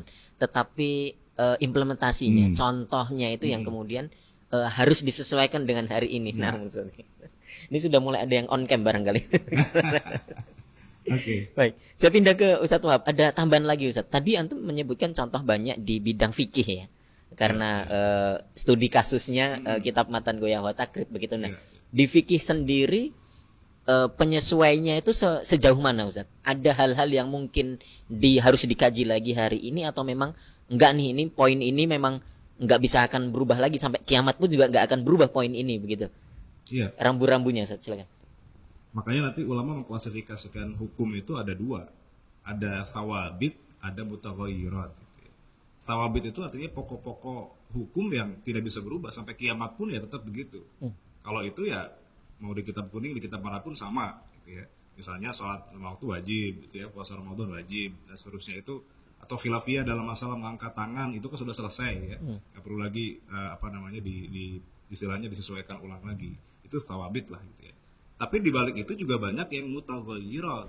Nah, mutaghayyirat itu yang wilayah di mana ulama muasir atau ulama kontemporer itu kemudian perlu menyesuaikan atau istilahnya ya kalibrasi ulang lah gitu ya, untuk menyesuaikan dengan di zaman sekarang gitu. Dan ini yang kemudian menjadi wilayah mutaghayyirat itu banyak gitu. Apalagi dalam muamalah. Nah, dalam muamalah ini yang paling banyak, yang dulu ada sekarang nggak ada, yang sekarang ada dulu ada sekarang sudah nggak ada. Atau dulu nggak ada sekarang malah ada. Okay. Ya banyak lah, contoh misalnya dalam masalah alat tukar. Dalam kitab fikih kan, kalau fikih klasik kitab kuning, kalau bicara alat tukar pasti yang dibahas apa? Dinar, dirham. Atau yang ketiga fulus. Itu apa bedanya dinar, dirham, kok ada lagi fulus gitu ya? Itu zaman sekarang apa maksud fulus ini gitu kan? Ternyata ada pengertian khusus di zaman itu apa yang dimaksud dengan fulus. Kalau kita kan fulus ya uang gitu kan. Mafi fulus, mamfus gitu. Tapi apa yang disebut fulus di masa itu? Ternyata fulus itu ya uang tembaga ternyata gitu ya. Dinar itu uang emas, dirham itu uang perak. Itu kan di kitab-kitab fikih begitu ya, dinar, dirham. Contoh-contohnya misalnya abi'u as-saub bidinaroin misalnya. Bi'tuka saubi bidinarin gitu kan. Misalnya begitu. Contoh-contohnya begitu selalu bidinarin, saubi dan seterusnya. Tidak ada contohnya misalnya saya jual NFT ini seharga Bitcoin misalnya kan nggak ada. Jadi itu maka bayarnya pakai PayPal, bayarnya pakai imani dan seterusnya. Sekarang itu kan yang sesuatu yang dulu tidak ada sekarang ada. Itu wilayah yang memang harusnya dituliskan oleh ulama muasir sekarang dalam kitab fikih gitu ya, yang istilahnya sudah modern atau muasir gitu. Atau apalagi ya banyak ya yang dalam muamalah itu yang sifatnya baru lah. Ya sekarang banyak lah akad-akad yang dulu musamma, kan zaman dulu aja ada istilah akad ukud musamma, akad-akad yang sudah ada di dalam hadis. Ada ukur guer musamma, akad-akad yang tidak disebutkan dalam hadis. Di zaman itu saja, di zaman klasik ada tuh ukur guer musamma, ada bai'ul wafa, ada bai'ul istijrar. Di zaman itu, apalagi zaman sekarang yang sudah ratusan tahun, ukur guer musammanya udah mungkin nggak lebih banyak, tidak terhitung gitu ya. Ada asuransi, ada top up di GoPay, itu akadnya apa? Kalau kita cari dalam kitab-kitab fikih klasik nggak ketemu akadnya akad apa ini, nggak ketemu, padanannya nggak ada. Atau kita taruh uang di bank ya, kita punya akun di bank, kita taruh uang di situ, transfer atau simpan saldo, itu akadnya apa? Apakah qard, makanya sekarang ulama itu kan macam-macam, ada bilang qard, ada bilang wadiah, ada istilah baru wadiah yaddoman. Itu wadiah yaddoman itu dalam kitab fikih klasik nggak ada. Itu bikinan anak Hes urusan bikinan Dr. Hasan gitu. Itu akad-akad baru tuh ya. Jadi ada satu lagi yang sama sekali udah nggak bisa kita baca atau harus kita buang sama sekali. Jangankan muridnya, gurunya aja nggak paham. Bab perbudakan. Ya kan? Bab perbudakan. Padahal ya, ayat Quran ngomongin budak banyak loh. Ya kan? Disuruh bebasin budak aja itu zihar, sumpah, ya kan? Sama bunuh secara keliru, qatlul khata' gitu kan. Bebasin budak tuh, ya kan? Terus ada istilah bayar zakat kepada firriqab, ya kan, memberikan zakat kepada riqab. Apa bedanya mamalakat aimanukum dengan riqab, dengan abd, dengan amah, dengan mawali dan sebagainya? Itu istilah-istilah itu Mukatab, muahad. muahad. Itu kita nggak ada yang paham satupun. Nggak paham. Kita tahu cuma budak, gitu aja, hamba sahaya, gitu doang. Padahal tuh ada rinciannya dan ada hukumnya. Dan hukumnya itu sendiri juga aneh buat kita. Bisa beli budak di pasar dan bisa dipakai untuk ini. Tipenya dia apa? Ada budak pekerja, bisa kerja di ladang apa segala macam. Ada budak khusus untuk ngerjain urusan rumah tangga, maksudnya masak apa segala macam gitu. Ada budak khusus untuk perang. Ada budak khusus untuk kayak hewan kesayangan. Kan ada orang tuh melihara apa kucing Anggora gitu ya. Nah ini bukan kucing, manusia. Tapi seperti hewan piaraan. Bahkan boleh disetubuhi. Bahkan bisa beranak. Bahkan anaknya manusia beneran dan tidak zina. Wah itu bab kayak gitu kita puyeng bacanya hari ini. Kenapa? Karena budaknya nggak ada, ya kan? Tapi itu ada di Quran, ada di hadis, dan ada di dalam kitab-kitab fikih. Bab khusus tentang perbudakan. Dan itu yang ngajar aja bingung. Yang ngajar aja bingung, apalagi muridnya. Lebih nggak paham lagi. Kita pun cuma meraba-raba aja gitu. Karena itu sesuatu yang sudah hilang dari tengah kita. Nggak ada wujudnya gitu. Bahkan kalaupun kita membayang-bayangkan saja, kita tetap terheran-heran. Emang bisa orang dijual? Emang bisa orang itu mencicil? Nah malah ada satu lagi yang menarik, Wahab. Kalau ada al-abdul abiq, tau nggak? Abdul abiq, Kabur. Nah, budak kabur dari tuannya. Saya tanya, kalau ada orang diperbudak oleh majikannya, terus dia kabur, kita bantuin nggak? Ya logika kita ya kita bantuin dong, ya kan? Ini kan HAM, kemanusiaan. Tapi kalau kita baca kitab fikih, budak yang kabur itu dosa dan salah. Dan harus kita cari, harus kita balikin lagi kepada tuannya. Kan puyeng kita dengan membahas ini apa-apaan kayak gini kan? Itu bab yang udah nggak kebayang oleh kita hari ini karena perbudakannya sudah tidak ada. Perbudakannya udah nggak ada ya. Tapi hukumnya itu masih lengkap dan detail banget di dalam Al-Quran, bahkan di dalam hadis, bahkan dalam kitab fikih itu berlembar-lembar itu tentang aturan main para budak gitu. Termasuk budak itu kan nggak wajib sholat Jumat kalau laki-laki, ya kan? Nah, budak perempuan batas auratnya apa? Baina surah warukbatain. Budak perempuan itu Pak boleh dilihat auratnya, batasnya cuma dari pusar sampai lutut. Kan perempuan kan nggak boleh terlihat aurat kecuali seluruh tubuhnya, ada kecuali dua wajah dan telapak tangan. Iya, itu kalau wanita hurrah. Kalau amah boleh. Puyeng kan kita. Nah, saya tambahin puyeng aja gitu. Nah Ustaz, menarik ini Ustaz. Kalau di fikih tadi ada yang Ustaz Wahab sebut bab thawabit dan mutaghayyirah begitu kan. Ada bab-bab yang memang tidak bisa didiskusikan lagi nih. No debat begitu. No debat. Sampai kiamat pun juga begitu. Kewajiban salat 5 waktu, kewajiban zakat, haji, puasa dan seterusnya lain sebagainya. Nah, ada juga bab-bab yang mutaghayyirah yang masih memungkinkan adanya perubahan-perubahan dan penyesuaian ulang. Termasuk yang paling kental tuh di bab muamalah tadi. Contohnya banyak, ada yang hari ini ada, dulu nggak ada. Misalnya akad-akad yang baru tadi, atau yang hari ini justru nggak ada, dulunya itu dibahas panjang lebar dan mati-matian begitu. Yang akhirnya kita angkat tangan. Ustaz, ini buat apa sih kita bahas? Kan nggak ada contohnya hari ini. Contohnya perbudakan tadi Ustaz. Nah, saya tanya ke Ustaz Sarwat, berarti hari ini pembaruan fikih atau dalam tanda kutip kurikulum fikih hari ini tuh begitu mendesak begitu Ustaz? Ya, kalau menurut saya itu begitu mendesak karena kita sudah langsung merasakan ada semacam ketidaknyambungan. Orang soleh, ya kan, menurut ukuran kitab Turas itu dia soleh. Oke. Tapi menurut ukuran hari ini sangat tidak soleh. Dan terjadi tanaqudot yang luar biasa. Karena tolok ukur di zaman antah berantah yang kita nggak tahu begitu.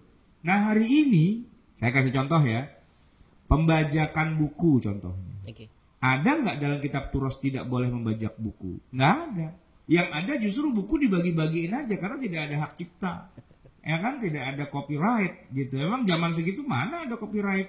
Yang ada buku orang bajak-bajakin itu dalam rangka menyebarkan Ilmu. Benar. dan masih dilakukan kan? Nih. Gencar. Yang melakukannya tokoh-tokoh agama, para ustadz, para masyayikh yang nggak ngerti hukum kekinian. Itu ada copyright, man. Gitu kan? Tapi kita mana ngerti dengan copyright? Ya nggak? Baru setelah YouTube itu bilang copyright, baru kita puyeng. Gara-garanya uploadan YouTube kita tiba-tiba nggak bisa diputar, di ban, di take down bahkan dan sebagainya. Kenapa? Kita searching, ada dosa. Kenapa? Ini suara lagunya ngambil dari YouTube-nya orang. Ternyata itu nggak boleh ya. Baru tahu, gitu kan? Ya, karena kita nggak belajar fikih kekinian. Kita menganggap ngambil punya orang tuh orf biasa aja. Kenapa sih? Emang nggak boleh? Nggak boleh mas, gitu. Nggak boleh mas. Dan banyak tuh kejadian zaman sekarang, gitu. Ya zaman dulu kan istilah kata ya. Tanah masih luas, orang masih jarang, ya kan? Jadi kalau kita pengen bikin syiar Islam, kita pasang toa sekencang-kencangnya syiar dong. Jangan dulu. Tapi begitu zaman udah segini padatnya dan sebagainya, kalau kita masih bertoa-toa saja, udah beda dong hukumnya. Babnya udah bab gangguin orang nih, gitu. Tapi kan kita dituduh PKI kalau kita bilang, woi kecilin tuh toa. Dibilang PKI lo katanya, kenapa? Islam kok nggak mau syiar tuh speaker kencang gitu. Mas, itu tahun 30 begitu. Tahun sekarang mah 2022 nggak bisa begitu lagi. Penduduk sudah padat, orang sudah banyak kesibukan dan sebagainya. Speaker masih dikencengin aja kayak orang dulu loh, gitu kan? Nggak ngerti dia.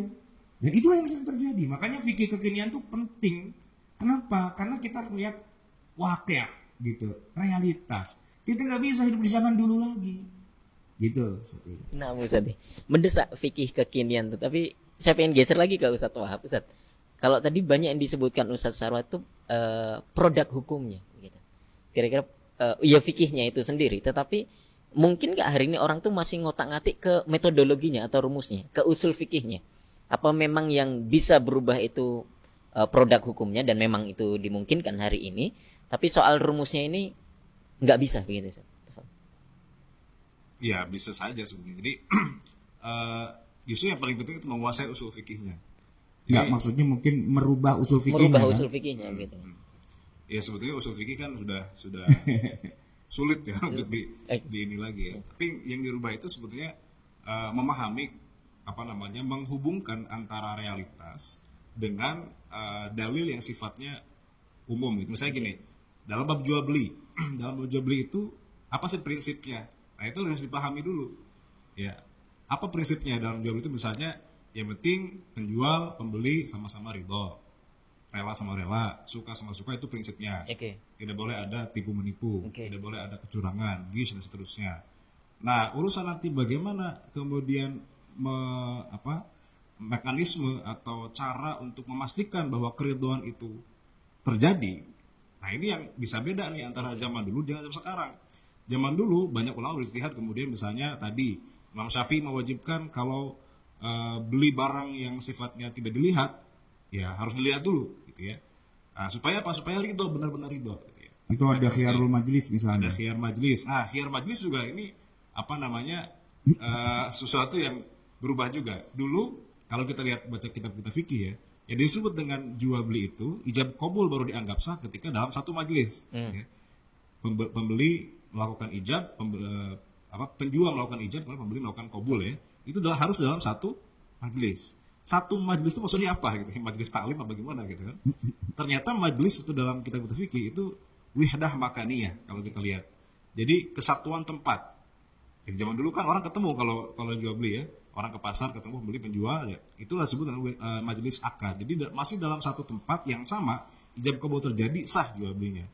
Jadi nggak boleh misalnya ijabnya masih berkumpul, kemudian kabulnya udah berpisah nih, pembelinya udah pulang. Ini udah pulang baru telepon. Oke deh jadi. Nah itu belum sah dikatakan. Kita harus dalam satu majelis akad. Nah tapi sekarang pengertian majelis akad itu berkembang. Kalau kita lihat misalnya definisinya Wabah Zuhairi dalam Afiqul Sami itu sudah beda dengan definisinya misalnya Imam Nawawi dalam kitab Al-Majmu'nya. Sudah beda, itu jauh. Sekarang itu ulama modern atau muasir itu mendefinisikan majelis akad bukan wihdah makaniyah, tapi wihdah zamaniyah. Okay. Kesatuan waktu. Kesatuan waktu. Jadi misalnya gini, kita jual beli online. Jual beli online itu gimana ijab kabulnya? Apa yang disebut dengan majelis akad dalam jual beli online? Kalau dulu orang ketemu langsung, gampang majelis akad ya. Kalau berpisah ya udah berarti nggak sah gitu ya. Tapi ini gimana cara orang menentukan masih bersatu atau udah berpisah ketika jual beli online itu ya. Kan kita jual belinya bukan dengan orang, melalui aplikasi. Kita cuma klik doang gitu ya, pilih barang, kemudian check out, transfer. Nggak ada kita hubungan langsung dengan penjualnya, kan tinggal transfer tiba-tiba besok nyampe barangnya. Itu di mana ijab kabulnya? Nah itu yang perlu kemudian, apakah nggak sah jual beli yang seperti itu karena tidak ada majelis akad yang sama, tidak dalam satu tempat, itu kan harus nah itu yang kemudian definisikan ulang. Jadi istilahnya prinsip-prinsip dasarnya yang harus dipahami dulu. Ya apa dalam jual beli itu mana yang teknis, mana yang prinsip, itu kira-kira itu. Jadi yang teknis ini yang bisa berkembang. Itu sekarang bisa mungkin berbeda fatwa ijtihadnya dan seterusnya. Nah tapi prinsipnya yang sama, itu tidak mungkin beda. Kayak tadi misalnya dalam jual beli prinsipnya ridho sama ridho dan seterusnya gitu ya. Nah itu yang dipahami sehingga teknisnya bisa mengikuti perkembangan zamannya. Kira-kira gitu. Oke, itu yang saya maksud tadi Ustaz. Maksudnya hari ini yang bisa berubah itu produk hukumnya yang memang dimungkinkan untuk berubah. Soal prinsip-prinsip awal tadi ya itu nggak bisa diganggu gugat begitu ya. Kayak tadi misalnya usul fikihnya atau kaidah kuliahnya, kaidah fikihnya dan seterusnya. Enggak, tapi ini emang menarik nih ya. Jadi begini. Dari awal para ulama kita di masa lalu ketika bikin kaidah dasar ya dalam bab muamalat, misalkan ada kaidah-kaidah. Itu kan emang sudah ada mazhab-mazhab. Syafi'i dengan kaidahnya, Hanafi dengan kaidahnya, kan gitu ya. Nah, logikanya kan harusnya gini. Sepanjang zaman pun produknya sama kaidahnya harus nyambung, ya kan? Nah, problematikanya adalah begini. Misalnya contoh kasus ya. Kita bermazhab Syafi'i, ya kan? Kalau kita pakai kaidahnya Syafi'i untuk produk di zaman sekarang, itu udah banyak gak nyambungnya. Banyak gak cocoknya, gak sesuai dengan kaidahnya. Nah orang zaman sekarang kemudian ini bermainnya di sini, dia gak merubah kaidahnya Syafi'i, tapi dia pindah ke mazhab yang lain dan dia pinjam mazhab kaidahnya mazhab lain, sehingga akhirnya jadi bisa lucu kan, dia bermazhab Syafi'i, ya kan, tapi dalam praktek kesehariannya khususnya dalam bab muamalat itu sudah tidak pakai fatwa Syafi'i, bahkan juga tidak pakai kaidahnya Syafi'i, sudah nyebrang ke kaidah-kaidahnya Hanafi dan kemudian itu dipakai. Padahal dia tetap ngakunya itu adalah bermadzhab Syafi'i. Nah ini yang jadi unik di zaman sekarang tuh, jadi kayak terjadi itu talfik antar mazhabnya itu kalau dalam bab muamalat kayaknya udah agak susah ya. Udah banyak. Agak susah ya. Iya susah. Ya, jadi gini, pilihannya apakah kita mengubah kaidah fikihnya mazhab Syafi'i di zaman modern, atau kita tidak berani mengubah tapi kita bilang kita pinjam mazhab yang lain. Itu kan kemungkinannya di antara dua itu. Kalau saya sih melihatnya kebanyakannya malah pada pindah. Kalau istilah zaman sekarang ikhtiar fikih. Jadi ikhtiaratnya yang berbeda. Jadi dia memilih yang lain gitu loh. Dia tidak merubah. Karena merubah nggak berani dia. Wah, kualat gua merubah. Istilahnya fikih Syafi'i abad kesekian dengan fikih Syafi'i abad sekarang, dia nggak berani ubah itu. Tapi kalau kesimpulannya kok jadi nggak sama, gara-garanya apa? Gara-gara dia ikhtiarat milih dari mazhab yang lain. Maka terjadilah itu yang namanya talfik tadi itu tidak berani mengubah usul fikihnya, tapi pindah ke yang lain. Minimal kan dia juga bersandar ke usul fikih yang lain kan begitu. Iya, jadi usul fikihnya jadi campur-campur. Iya, bukan berarti kemudian dia ngutak-ngatik sendiri menjadi usul fikih yang baru itu. Enggak ngotak-ngatik sendiri, tapi ngambil yang lain gitu. Contohnya dalam fikih zakat. Di Indonesia rata-rata kalau udah ngomongin zakat udah nggak ada yang Syafi'i lagi. Udah pindah ke Hanafi dan basicnya Hanafi. Dan kemudian diseriusin di Qardawi. Mazhab Qardawi sebenarnya sekarang ini yang lebih banyak dipakai oleh umat Islam di Indonesia. Kalau pakai kaidah mazhab Syafi'i aslinya nggak ada itu yang namanya zakat profesi, zakat apa, nggak ada gitu. Bahkan uang zakat buat bikin pesantren aja kagak boleh kok, buat bikin masjid aja kagak boleh kok.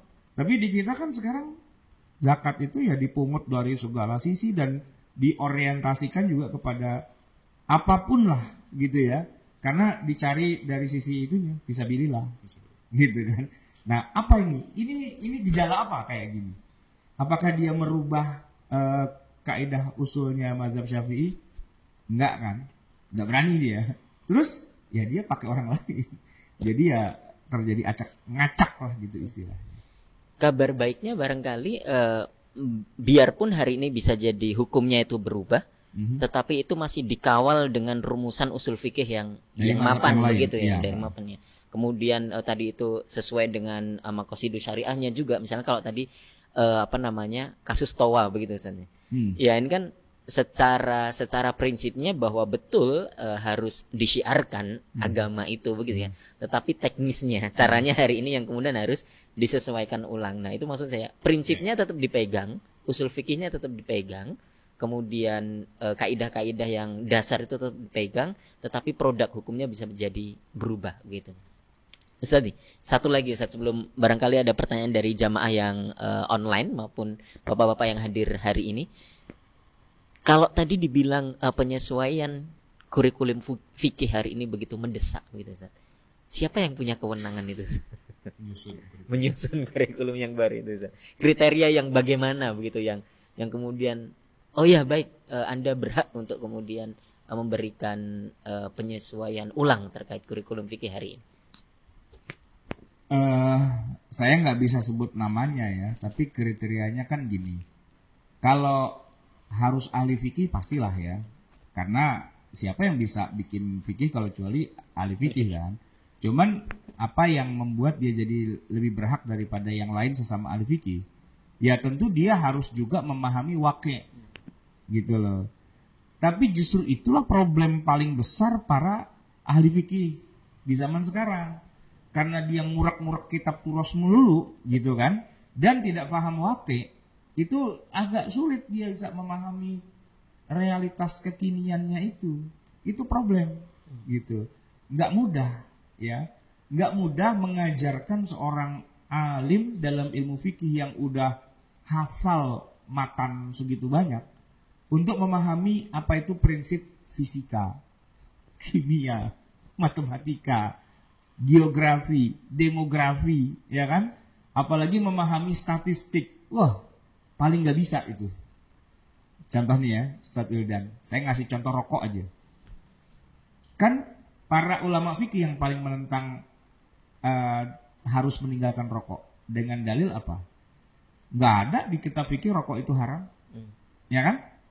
Mana ada di kitab fikih turas gitu yang bilang rokok itu haram, kan nggak ada. Nggak ada kan? Nah, kenapa sekarang kita jadi sepakat sebaiknya kita nggak merokok? Saya sih nggak bilang haram ya. Kenapa? Kan kita belajar statistik. Statistik itu menjadi dalil. Zaman dulu statistik nggak ada, jadi nggak jadi dalil. Kita ngomongin statistik bahwa angka orang yang meninggal gara-gara secara langsung atau tidak langsung dari rokok itu emang tinggi sebenarnya, ya kan? Tapi angka ini kalau kita sodorkan ke depan Pak Kiai, ditolak mentah-mentah. Dia bilang itu kampanye anti rokok itu, nggak kampanyenya orang-orang yang nggak suka merokok itu, kan gitu kan? Sama kan? Angka korban COVID itu kan dianggap mistik gitu, ya kan? Jadi angka statistik tuh nggak dipercaya gitu. Padahal itu adalah ya justru kita sekarang apa-apa semua berpijak dengan angka. Antum tahu nggak siapa yang paling berhak menjadi presiden di sebuah negara? Apakah berdasarkan musyawarah? Enggak. Angka dong. Angka perolehan suara. Ya kan? Dari quick count. Nah, gitu kan? Terus hasil penghitungan. Itu angka. Statistik gitu yang bicara. Tapi ulama kita kan nggak belajar statistik. Jadi buat dia statistik itu dianggap wah itu mah hasil survei bayaran. Nah, gitu kan? Ya, gitu. Jadi dia nggak paham gitu. Padahal bukan masalah bayaran atau nggak bayar, itu kan ya istilahnya itulah ilmu gitu kan zaman sekarang. Cuman karena nggak paham jadi dianggap sama obat. Kan banyak yang nggak percaya sama obat, gitu kan? Rata-rata nih kalau para ustadz ngomongnya kalau obat itu kimia. Dan kalau kimia itu Nabi nggak suka. Jadi kalau obat Islam itu adalah yang herbal-herbal saja, jangan yang kimia-kimia, kan begitu kan? Itu yang ngomong tuh ya ulama ahli fikih loh itu, ya kan? Yang pemahaman ilmu tentang farmasinya nol besar, nggak paham dia, gitu kan? Jadi kalau ulama yang kayak gini yang ngumpul dan bikin fatwa fikih kekinian, ya semua jadi haram akhirnya. Alkohol haram, ini haram semua karena sakofahnya dia terhadap wakil itu nggak dapet gitu. Termasuk asuransi haram, bank haram, apa semua jadi haram. Kenapa? Karena nggak masuk di dalam inian mereka. Nah problematikanya itu adalah gimana melahirkan ulama hafal Quran, hafal hadis, hafal usul, ngerti fikih dan sebagainya, tapi ngerti astronomi, tapi ngerti geografi, ngerti statistik, ngerti farmasi, ngerti itu semua, dan itu susah, gitu. Nggak mudah itu karena harus berdiri di dua sisi yang berbeda. Biasanya kalau udah santri jagonya ilmu agama doang, ilmu umum tuh ngeblank sama sekali. Sebaliknya yang ilmu umum banget, ilmu agamanya ya begitulah. Bisa sih bahasa Arab maklum tapi gitu kan. Jadi itu masalahnya di kita, ya kan? Jadi kalau tanya siapa yang berhak, yang menguasai kedua sisi. Tuh. Kalau hari ini misalnya Ustaz, sangat sulit ditemui seorang mujtahid yang multifan tadi itu, menguasai turos, menguasai ilmu agama, plus menguasai ilmu-ilmu yang berkaitan dengan itu. Maka hari ini ya kecenderungannya kayaknya ijtihadnya selalu kolektif begitu Ustaz. Saya agak kurang sependapat dengan istilah doang ya, ijtihad jama'i dan kolektif. Okay. Saya kurang sependapat dengan istilah itu, karena kesannya cuma yang penting banyak orangnya. Okay. Padahal yang harusnya adalah ijtihad profesional, di mana yang hadir di dalam itu, yang kan kolektif ya, tapi mewakili cabang ilmu tertentu, yang serius gitu loh. Ini saya kasih contoh ya, bedah sesar itu kan yang namanya dokter ahli kan ya. Ahli apa? Ahli bedah. Tapi dia nggak bisa loh ngerjain sesar sendirian tuh nggak bisa. Dia harus ijtihad jama'i minimal ada 3 unsur. Harus ada satu lagi dokter anestesi dan masih ada lagi satu dokter anak. Jadi harus 3 spesialis di situ. Ya kan? 3 spesialis plus perawat, plus tim dan sebagainya kan gitu ya. Jadi operasi sesar itu saya bilang bukan ijtihad jama'i, tapi itu operasi profesional dari masing-masing profesi yang berbeda, tapi dia pakar di bidang itu. Nah, operasi sesar itu tidak bisa diselesaikan oleh sebuah lembaga ormas. Ini ormas nih lagi ngadain operasi sesar, yang hadir 20.000 orang, nggak bisa. 20.000 itu nggak ada gunanya. Kenapa? Tidak mewakili fund tertentu gitu loh. Cukup 3 orang, tapi dia ahli di bidang itu masing-masing. Biar jalan nih operasinya. Karena memang itulah yang dibutuhkan gitu kan. Jadi ijtihad jama'i hati-hati. Ya, ijtihad kolektif tuh hati-hati dengan istilah itu. Saya agak kurang setuju dengan istilah itu. Harusnya ijtihad profesional. Yang isinya orang-orang profesional di bidang itu. Biar masalahnya selesai oleh orang profesionalnya. Gitu, bukan selesai oleh kumpulan orang-orang banyak tapi lu mewakili apa? Ya saya mewakili kabupaten apa? Lah ini bukan perwakilan kabupaten, emang bikin ormas, bikin partai? Enggak gitu.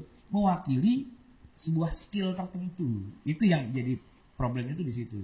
Kita tuh nggak bisa mengumpulkan para ahli paling pakar di bidang, kan gini ya, satu masalah tuh hari ini ya nggak mungkin bisa diselesaikan oleh satu pakar. Harus multiple disiplin ilmu, gitu kan? Bisa 3, bisa 5, bisa 10 dan sebagainya, dan semua harus bekerja bareng-bareng satu tim, gitu. Mereka boleh jadi ya, secara pribadi nggak saling kenal tuh, dokter kandungan sama dokter anestesi sama dokter anak nggak saling kenal.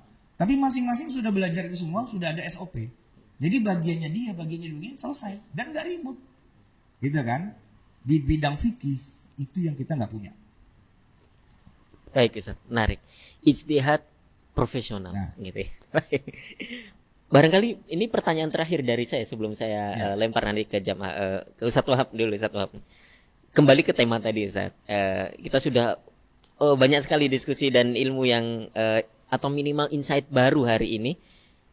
Tapi pertanyaannya kembali, bagaimana cara terbijak kita, cara paling bijak kita hari ini itu dalam berinteraksi dengan kitab Turas atau kitab kuning tadi itu Ustaz. Tafadhol Ustaz.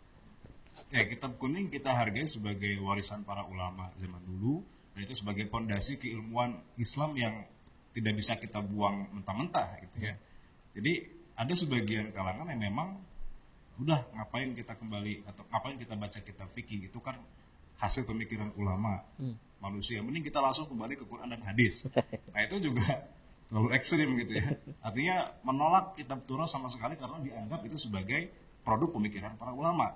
Nah, padahal itu juga sebagai fondasi keilmuan. Tidak ada ijtihad ulama zaman dulu. Kita repot sekarang harus misalnya kita mau tahu tentang rukun sholat.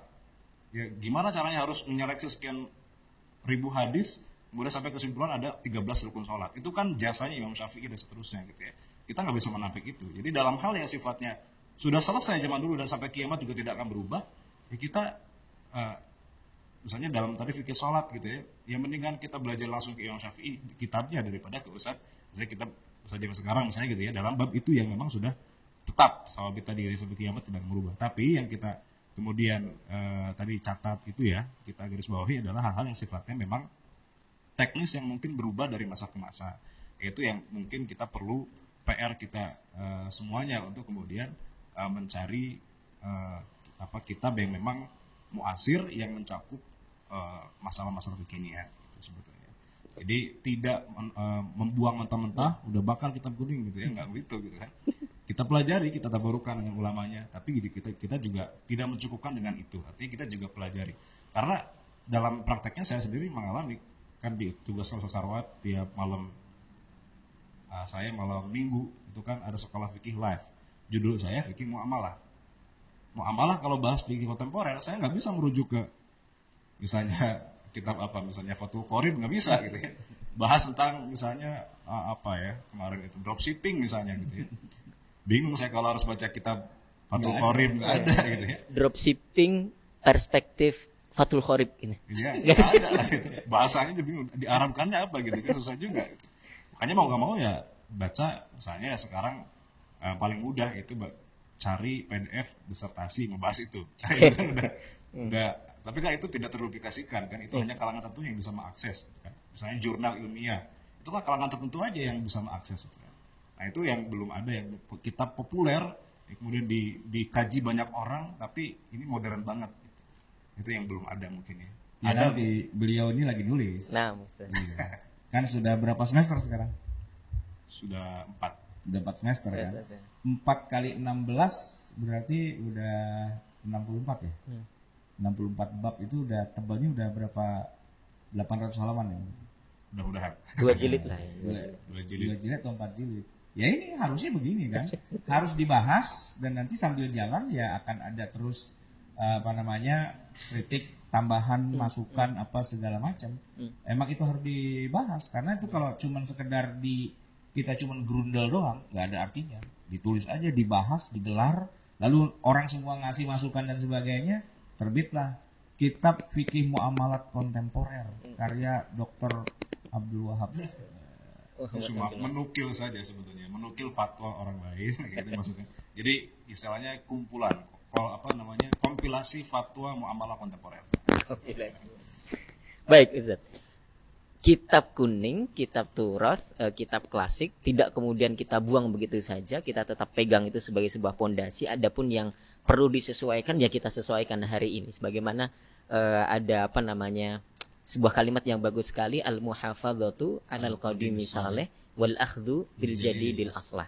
Kita memegang kuat hal-hal dulu ya yang baik, kemudian tidak menutup kemungkinan juga kita ambil hal-hal yang lebih maslahat hari ini, yang lebih baik dengan sesuai dengan zaman kita hari ini. Baik, kita cukupkan diskusi kita, Ustaz. Kita tanya jawab dengan bapak-bapak jamaah. Barangkali ada yang ingin bertanya, silakan Pak. Silakan. Ayo. Waalaikumsalam. Gak ada mikrofonnya? Ada.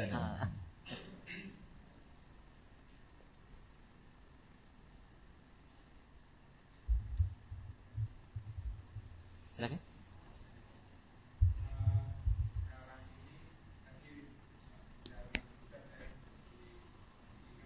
Pengen beli budak.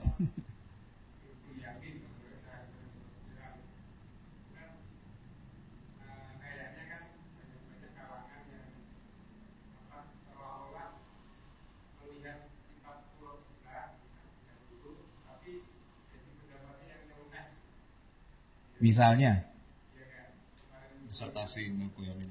Oh.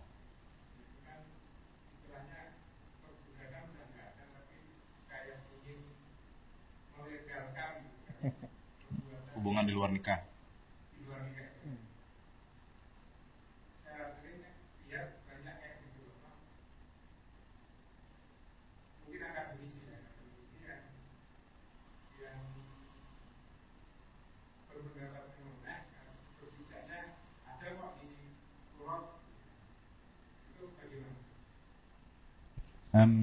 Saya Pak Ustadz Wahab? Sama. Saya ya. Iya. Sebenarnya begini. Para akademisi itu kadang-kadang ada juga yang istilahnya suka usil. Ya, suka usil. Kan dia bacaannya banyak, literaturnya kan luas. Jadi kadang-kadang dia suka godain masyarakat awam yang kurang pinter gitu loh. Digodain lah dengan diangkat isu-isu yang model-model kayak gitu kan. Bisa jadi judulnya emang suka ngebanyol gitu ya, atau pengen biar kelihatan keren ya, salah satunya lah gitu ya. Nah padahal sih sebenarnya harusnya jangan cuman lempar batu sembunyi tangan ya. Jadi harusnya ada kajian yang lengkap tentang milkul yamin itu kayak gimana, dibandingkan ya, dikomparasikan gitu. Di zaman Nabi, di zaman salaf gitu kan kayak gitu tuh hukumnya gitu kan. Sekarang kan kita nggak bisa, bagaimana itu anatominya dari tadinya kok di Quran disebutkan detail, lalu sekarang jadi tidak bisa. Itu tuh harus disebutkan proses logikanya gitu. Kita nggak bisa dong tiba-tiba pembantu kita anggap aja sebagai budak, nggak bisa gitu kan. Gak bisa dong sekretaris kita gitu ya, bos punya sekretaris anggap aja budak, kan gak bisa gitu kan. Nah cuman karena dia niatnya pengen bikin sensasi, justru itulah yang dimainkan tapi gak connect gitu loh. Fakta itu di masa kenabian iya ada, tapi bagaimana kemudian mengimplementasikannya di zaman sekarang, itu kan harus ada alasan dan logikanya, harus ada istilahnya, ada gimana nyebutnya yang enak ya, ada kaidahnya gitu ya kan. Nah sehingga nanti kaidah itu kita uji ya. Misalnya nih, kalau saya mengatakan, emang saya lagi coba, nanti kita bahas khusus budak gitu ya. Budak itu bisa kita jalankan lagi semua hukumnya tadi itu, tapi dengan syarat perbudakannya harus legal. Karena di masa itu perbudakan itu legal, artinya negara dan semua orang menganggap itu memang legal. Kalau semua orang menganggap itu adalah perbudakan itu legal, bisa diperjualbelikan, ada pasarnya, ada apa dan sebagainya. Bahkan ya, Quran turun pun mengokekan gitu loh. Ya kan? Tapi ketika perbudakannya itu sendiri sudah tidak ada, kalaupun ada tapi tidak legal, yang ada cuma human trafficking, kita nggak bisa dong tiba-tiba mencomot aja begitu aja langsung dipakai di hari ini. Secara alur logika hukumnya itu nggak bisa gitu. Ya kita baru bisa bilang bahwa kalau budak tuh boleh kelihatan dari pusar ke atas gitu ya. Ya ketika di zaman atau di atmosfer, di ekosistem yang memang mengakui perbudakan gitu. Nah di zaman kita kan kita nggak mengakui. Nah boleh kita pelintir lagi sedikit, ceritanya mau kiamat nih gitu. Lalu terjadi perang dunia, gitu kan. Lalu terjadi perubahan gradual bla bla bla bla. Lalu perbudakan legal lagi gitu loh. Ya mungkin bisa kita beli budak yang rada banyakan dikit gitu. Tapi dunia itu mengakuinya sebagai sesuatu yang legal gitu kan. Nah itu kan harusnya dijelaskan itu secara komplit gitu loh. Bukan cuma dicomot-comot, di zaman Nabi ada loh. Ya nggak bisa begitu. Nggak bisa sepotong-sepotong gitu istilahnya. Dia harus satu paket komplit gitu. Baru bisa diterapkan untuk di zaman tertentu atau di negeri tertentu. Gitu kira-kira. Ya kejawab nggak kira-kira atau belum? Kejawab ya. Insya Allah udah nyambung. Oke. Apakah ada lagi? Ada lagi dari jamaah? Masuk ya, silakan.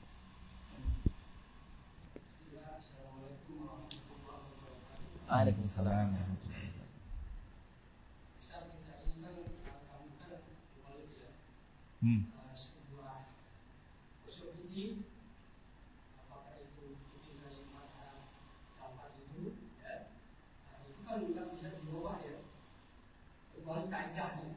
Kaidah usul itu bisa diubah misalnya dengan minjam. Kita minjam mazhab dalam rangka berhaji kita nih.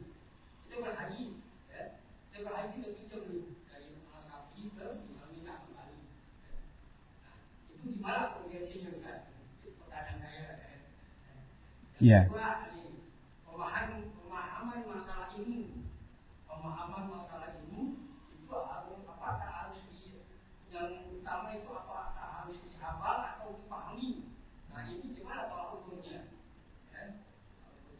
Kemudian yang ketiga masalah handmade. Ya. Itu kan itu dilihat daripada zaman kapan itu? Ya, dilihat dari zaman kapan itu. Nah kalau zaman sekarang kan lain lagi nih. Nah itu gimana itu bisa? Mohon penjelasan saya. Pencerahannya. Assalamualaikum warahmatullahi wabarakatuh. Waalaikumsalam warahmatullahi wabarakatuh. Antum jawab yang mana mah? Yang nomor berapa? Yang terakhir. Iya. Ya jadi gini, sebenarnya sih seharusnya nggak perlu berubah mazhabnya. Ya kalau emang mazhabnya Syafi'i ya Syafi'i lah gitu kan. Cuman begini masalahnya. Ketika secara resmi di dalam mazhab Syafi'i sendiri tidak ada fatwa tentang itu, kan mau nggak mau kita harus beristihad dong, gitu ya. Nah maka orang yang beristihad di luar hasil-hasil istihad yang sudah ada, ya kan dia nggak bisa dibilang melawan dari mazhabnya, ya kan? Dia nggak melawan mazhabnya karena dia melihat ini kosong nih, blank spot, nggak ada fatwa di bidang ini. Terus dia istihad, hasilnya ya itu bukan dianggap pindah mazhab atau pinjem gitu, enggak. Ya itulah hasil dari istihadnya dia. Ya tadi tuh ya orang ini nih, orang di depan Ka'bah nih. Kan paling sering contohnya itu ya.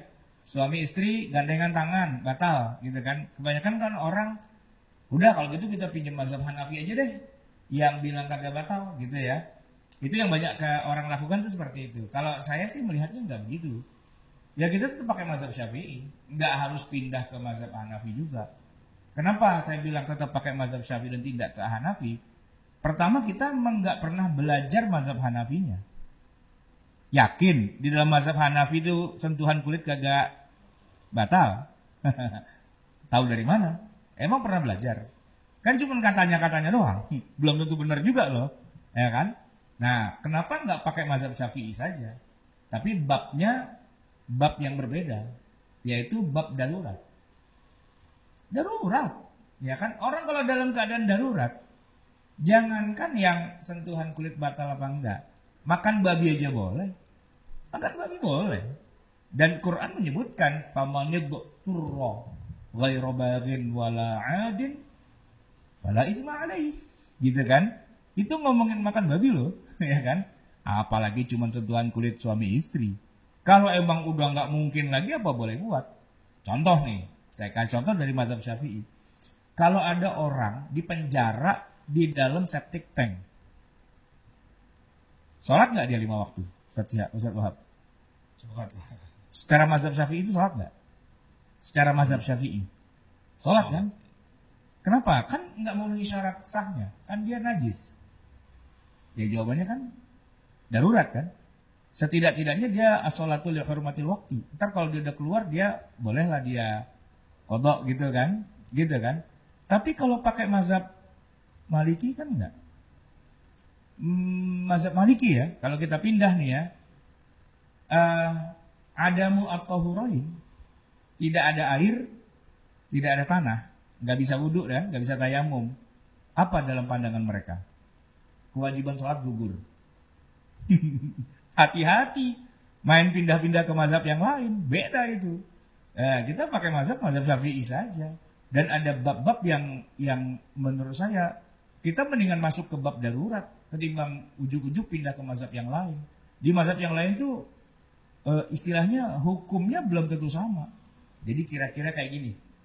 Ada buronan dikejar-kejar polisi, lalu dia lari ke luar negeri. Ya kan?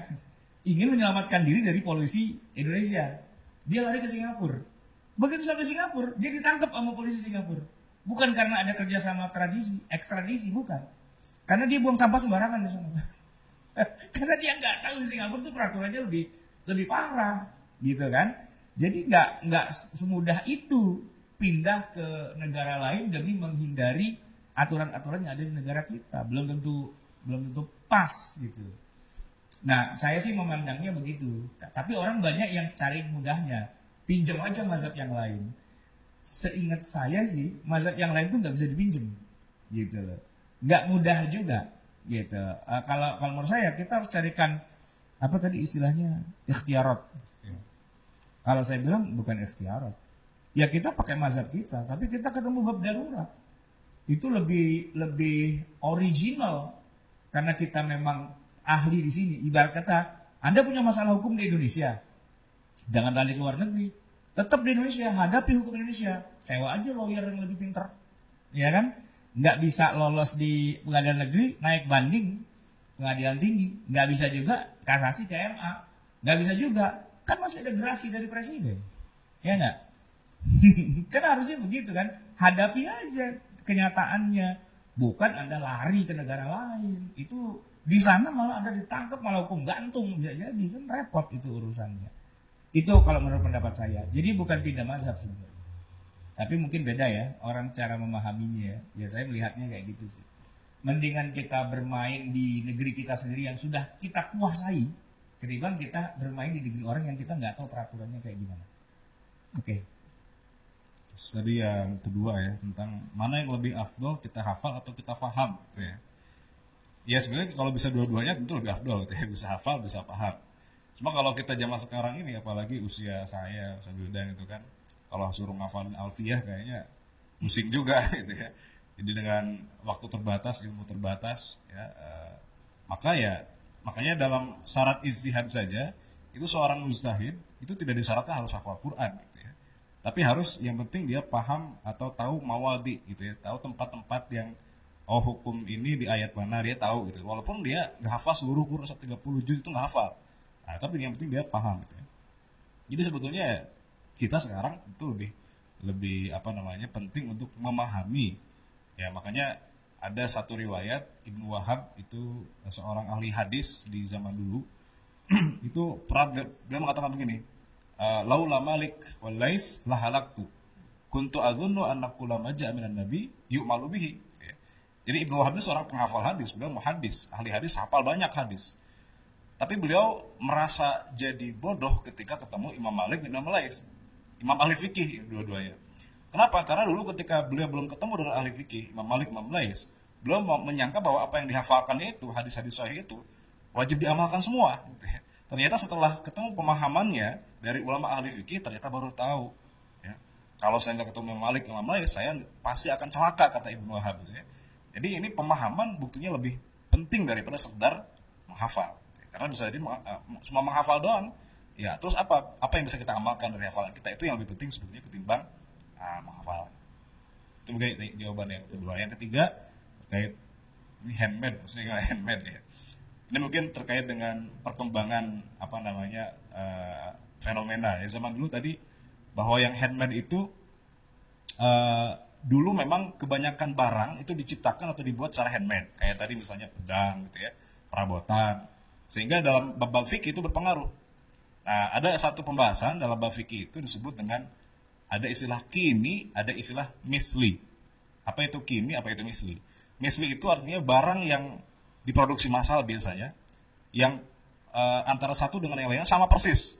Misalnya HP. HP itu antara satu tipe yang sama ya. Misalnya HP saya misalnya sama, tipenya sama, itu pasti persis HP-nya, tidak mungkin beda karena diproduksi massal sama semua. Itu misli. Nah, kalau kimi itu barang yang handmade tadi, barang yang mungkin dibuat satu orang unik ya, yang unik gitu ya, yang beda dengan satu dengan misalnya lukisan. Ya lukisan itu tidak akan bisa sama ya, kecuali kalau di print itu kan jadi sama. Ini dilukis dengan cara handmade pasti kan beda dari satu yang lain.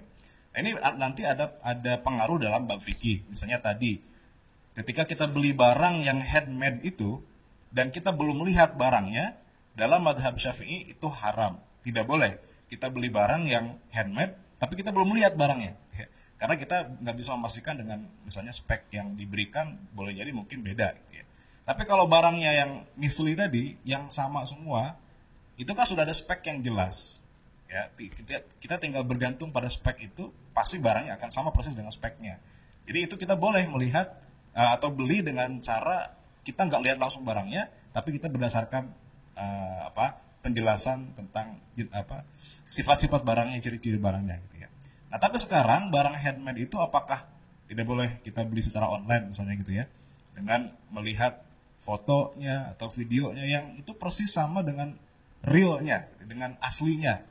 Nah, itu akan berubah pasti istihadnya gitu. Jadi itu pengaruhnya Pak ya, ada barang yang handmade dan nggak handmade itu maksudnya di situnya, dalam kita jual beli itu boleh nggak sih kita nggak lihat langsung barangnya. Kalau zaman dulu fatwanya nggak boleh, karena dulu belum ada kamera, belum ada foto, belum ada video, belum ada media yang lain. Nah, sekarang sudah canggih. Nah, kita misalnya gini, kita sewa hotel itu lewat Traveloka misalnya, lewat aplikasi. Kita belum pernah lihat hotelnya, belum pernah ke sana, tapi kita sudah pesan di Traveloka, booking buat minggu depan. Udah bayar malah gitu ya. Ini dalam mazhab Syafi'i nggak boleh ini sebetulnya. Kenapa? Karena ini rumah belum kita lihat nih. Ya boleh jadi hotelnya seperti apa, fasilitasnya apa saja dan seterusnya belum kita lihat. Nah, saya mungkin sedikit masukin ya. Ya.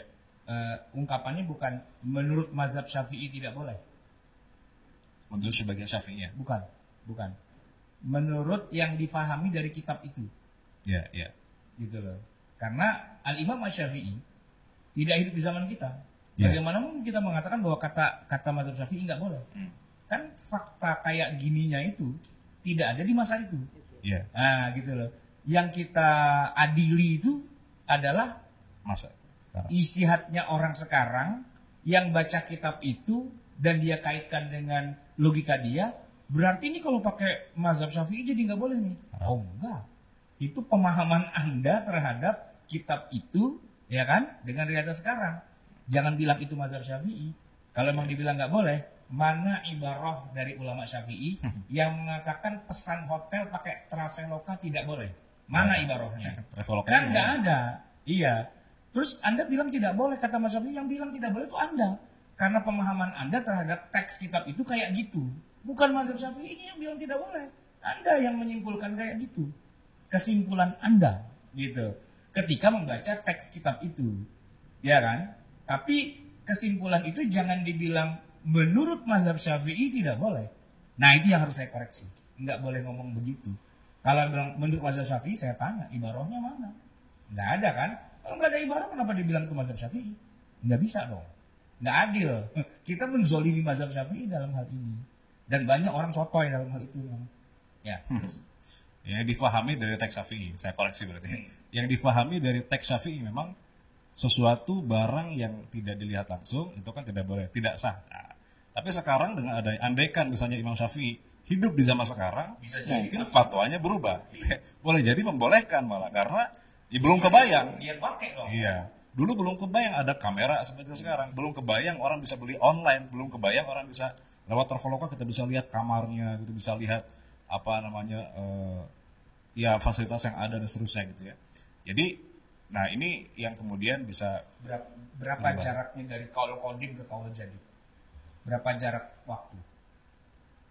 Imam Syafi'i mengubah sebagian pendapatnya jadi kaul jadid itu dalam durasi berapa waktu? Beliau di Mesir itu sekitar 5 tahun di akhir masa hidup. Di tahun 200 beliau pindah ke Mesir kan? Terakhir hidup 4 tahun di Mesir kan? Oke. Sebelum dia ke Mesir dia masih kodim kan? ya, Gitu loh. Jadi kan jaraknya itu dekat banget. Untuk satu orang yang sama, fatwanya sudah berubah. bisa berubah.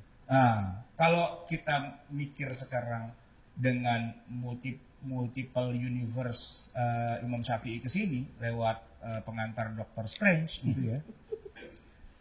Pasti kata Syafi'i, wah, gue bikin yang lebih jadid lagi nih. Gitu. Kenapa? Beda banget gitu kan. Nah makanya jangan kita bilang nggak sesuai dengan mazhab Syafi'i gitu, enggak. Tapi kalau kita lihat teksnya di masa itu dikaitkan dengan sekarang, kayaknya sih nggak nyambung ya gitu. Tapi itu bukan fatwa mazhab Syafi'i itu sebenarnya.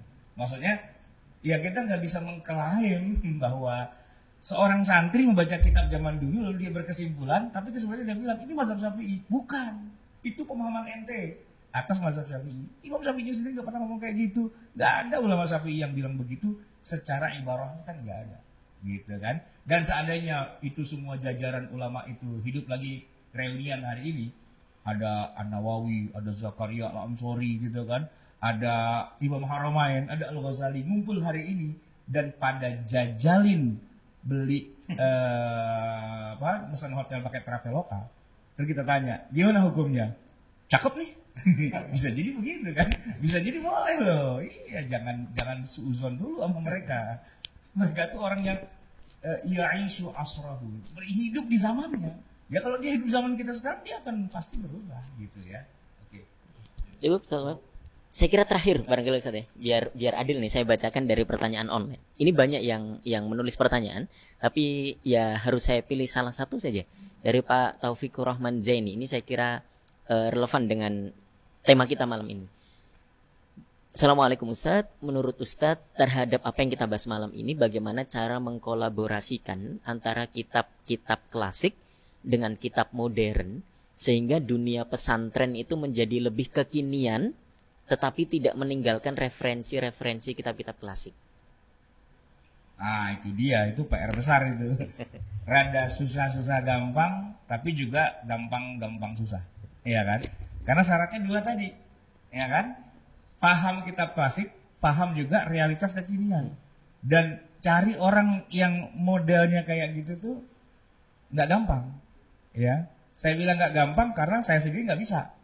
Cuman kalau orang ngomong sembarangan dan salah, saya tahu ente ngomong salah. Kenapa? Ente kebanyakan kitab kuning, tapi ente nggak tahu realitas, gitu. Kan ketahuan, kan kita bisa tahu. Cuman kalau gitu antum aja. Oh enggak, saya juga nggak bisa. Kalau nyari kesalahan saya pinter, gitu loh. Tapi kalau saya suruh isi sendiri juga, ya bukan bagian saya dong. Saya tuh kan kritik aja, gitu loh, ya kan. Nah itu yang agak susah tuh di situ itu problematikanya. Tapi begini, bukan berarti itu tidak bisa. Makanya harus diupayakan dulu. Nanti akan direvisi, gitu. Jadi begini maksud saya. Saya nih contohnya ya, bikin makalah. Ustaz Wahab bikin makalah tentang katakanlah fatwa kekinian tentang katakanlah tadi misalnya kripto apa segala macam. Dia nulis. Saya bisa kritik. Wah nggak bener tuh gini segala macam. Nah beliau bukannya marah, tapi beliau teliti lagi kan. Jadi akhirnya ada ya istilahnya ada revisi gitu kan. Sampai akhirnya kita dapat nih yang paling cakep nih. Udah hasil finalnya tuh udah kayak gini gitu. Karena sudah diperkaya lagi dengan referensi yang lebih banyak dan kesimpulannya tuh kayak gini.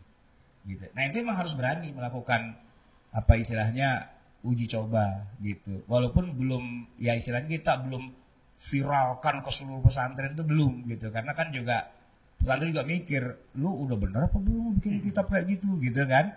Tapi setidak-tidaknya ketika kita tulis, kita susun, orang jadi berpikir, wah cakep nih buku nih. Sudah membahas banyak hal yang kita semua selama ini bertanya-tanya loh. Ternyata udah dikasih beberapa alternatif. Paling tidak alternatif pilihannya. A, B, C, D, E dan sebagainya kan. Ini jarang-jarang adanya loh. Bisa jadi kan Ustadz Wahab nih nulisnya ya. Syarah kekinian dari fikih matan Abu Suja. Gitu. Matannya tetap ada. Tapi di bawah itu syarah kontemporer, kekinian. Wah, itu kan cakep tuh, ya kan? Dan itu harusnya dibaca dong. Bahkan bukan kalau saya yang baca bukan santrinya, kiainya yang baca. Karena kiainya pasti akan punya problem yang sama. Ketika ditanya oleh santrinya, lo kok gini, bingung dia jawabnya. Bacalah bukunya Ustadz Wahab. Wah, ini dia jawaban yang gue cari-cari. Ya kan? Walaupun belum tentu sempurna, tapi itu yang terbaik dari yang sudah kita punya sekarang. Gitu. Nanti ke depannya kita sempurnakan lagi. Ya iyalah, kalau mobil baru bikin kan emang masih jelek. Ya kan, baru prototype gitu kan masih belum bagus. Tapi kalau udah Batch pertama. Kijang tahun 70-an tuh kotak. Ya kan? Tapi kalau sekarang kita ngomong Kijang Reborn gitu ya, Innova Reborn, itu harga juga boleh bersaing. Orang hari ini punya Kijang kayak gitu bangga. Kalau zaman dulu punya Kijang kotak gitu kan. Ya itu masih edisi pertama. Ya, tapi tidak mungkin tiba-tiba sampai pencapaian sekarang kalau nggak dari edisi-edisi sebelumnya. Ada Kijang kapsul, ada Kijang super, ada Kijang apa gitu kan. Ada masa-masa dia harus mengalami dulu proses gitu. Tapi harus dimulai gitu. Dan kita ya punya kesempatan sih untuk memulainya. Kalau bukan kita siapa lagi? Masa nungguin keturunan kita yang ke-7 kan nggak mungkin. Dari sekarang lah gitu. Baik Ustadz, saya kira pertanyaan dari Pak Taufikur Rahman dari Zoom ini juga menutup kajian kita malam hari ini. Terima kasih kepada jamaah yang sudah hadir di Aula DU Center dan juga Bapak Ibu yang menyaksikan tayangan ini lewat streaming YouTube maupun Facebook dan juga langsung masuk di Zoom kita. Jazakumullahu khairan katsiran. Mudah-mudahan kita jumpa lagi di KMK pekan depan. Mari sama-sama kita tutup dengan doa kafaratul majelis. Subhanakallahumma bihamdika asyhadu an la ilaha illa anta astaghfiruka wa atubu ilaik. Kemudian kita mohonkan kepada Haji Fauzi untuk menutup dengan doa. Tafadhol.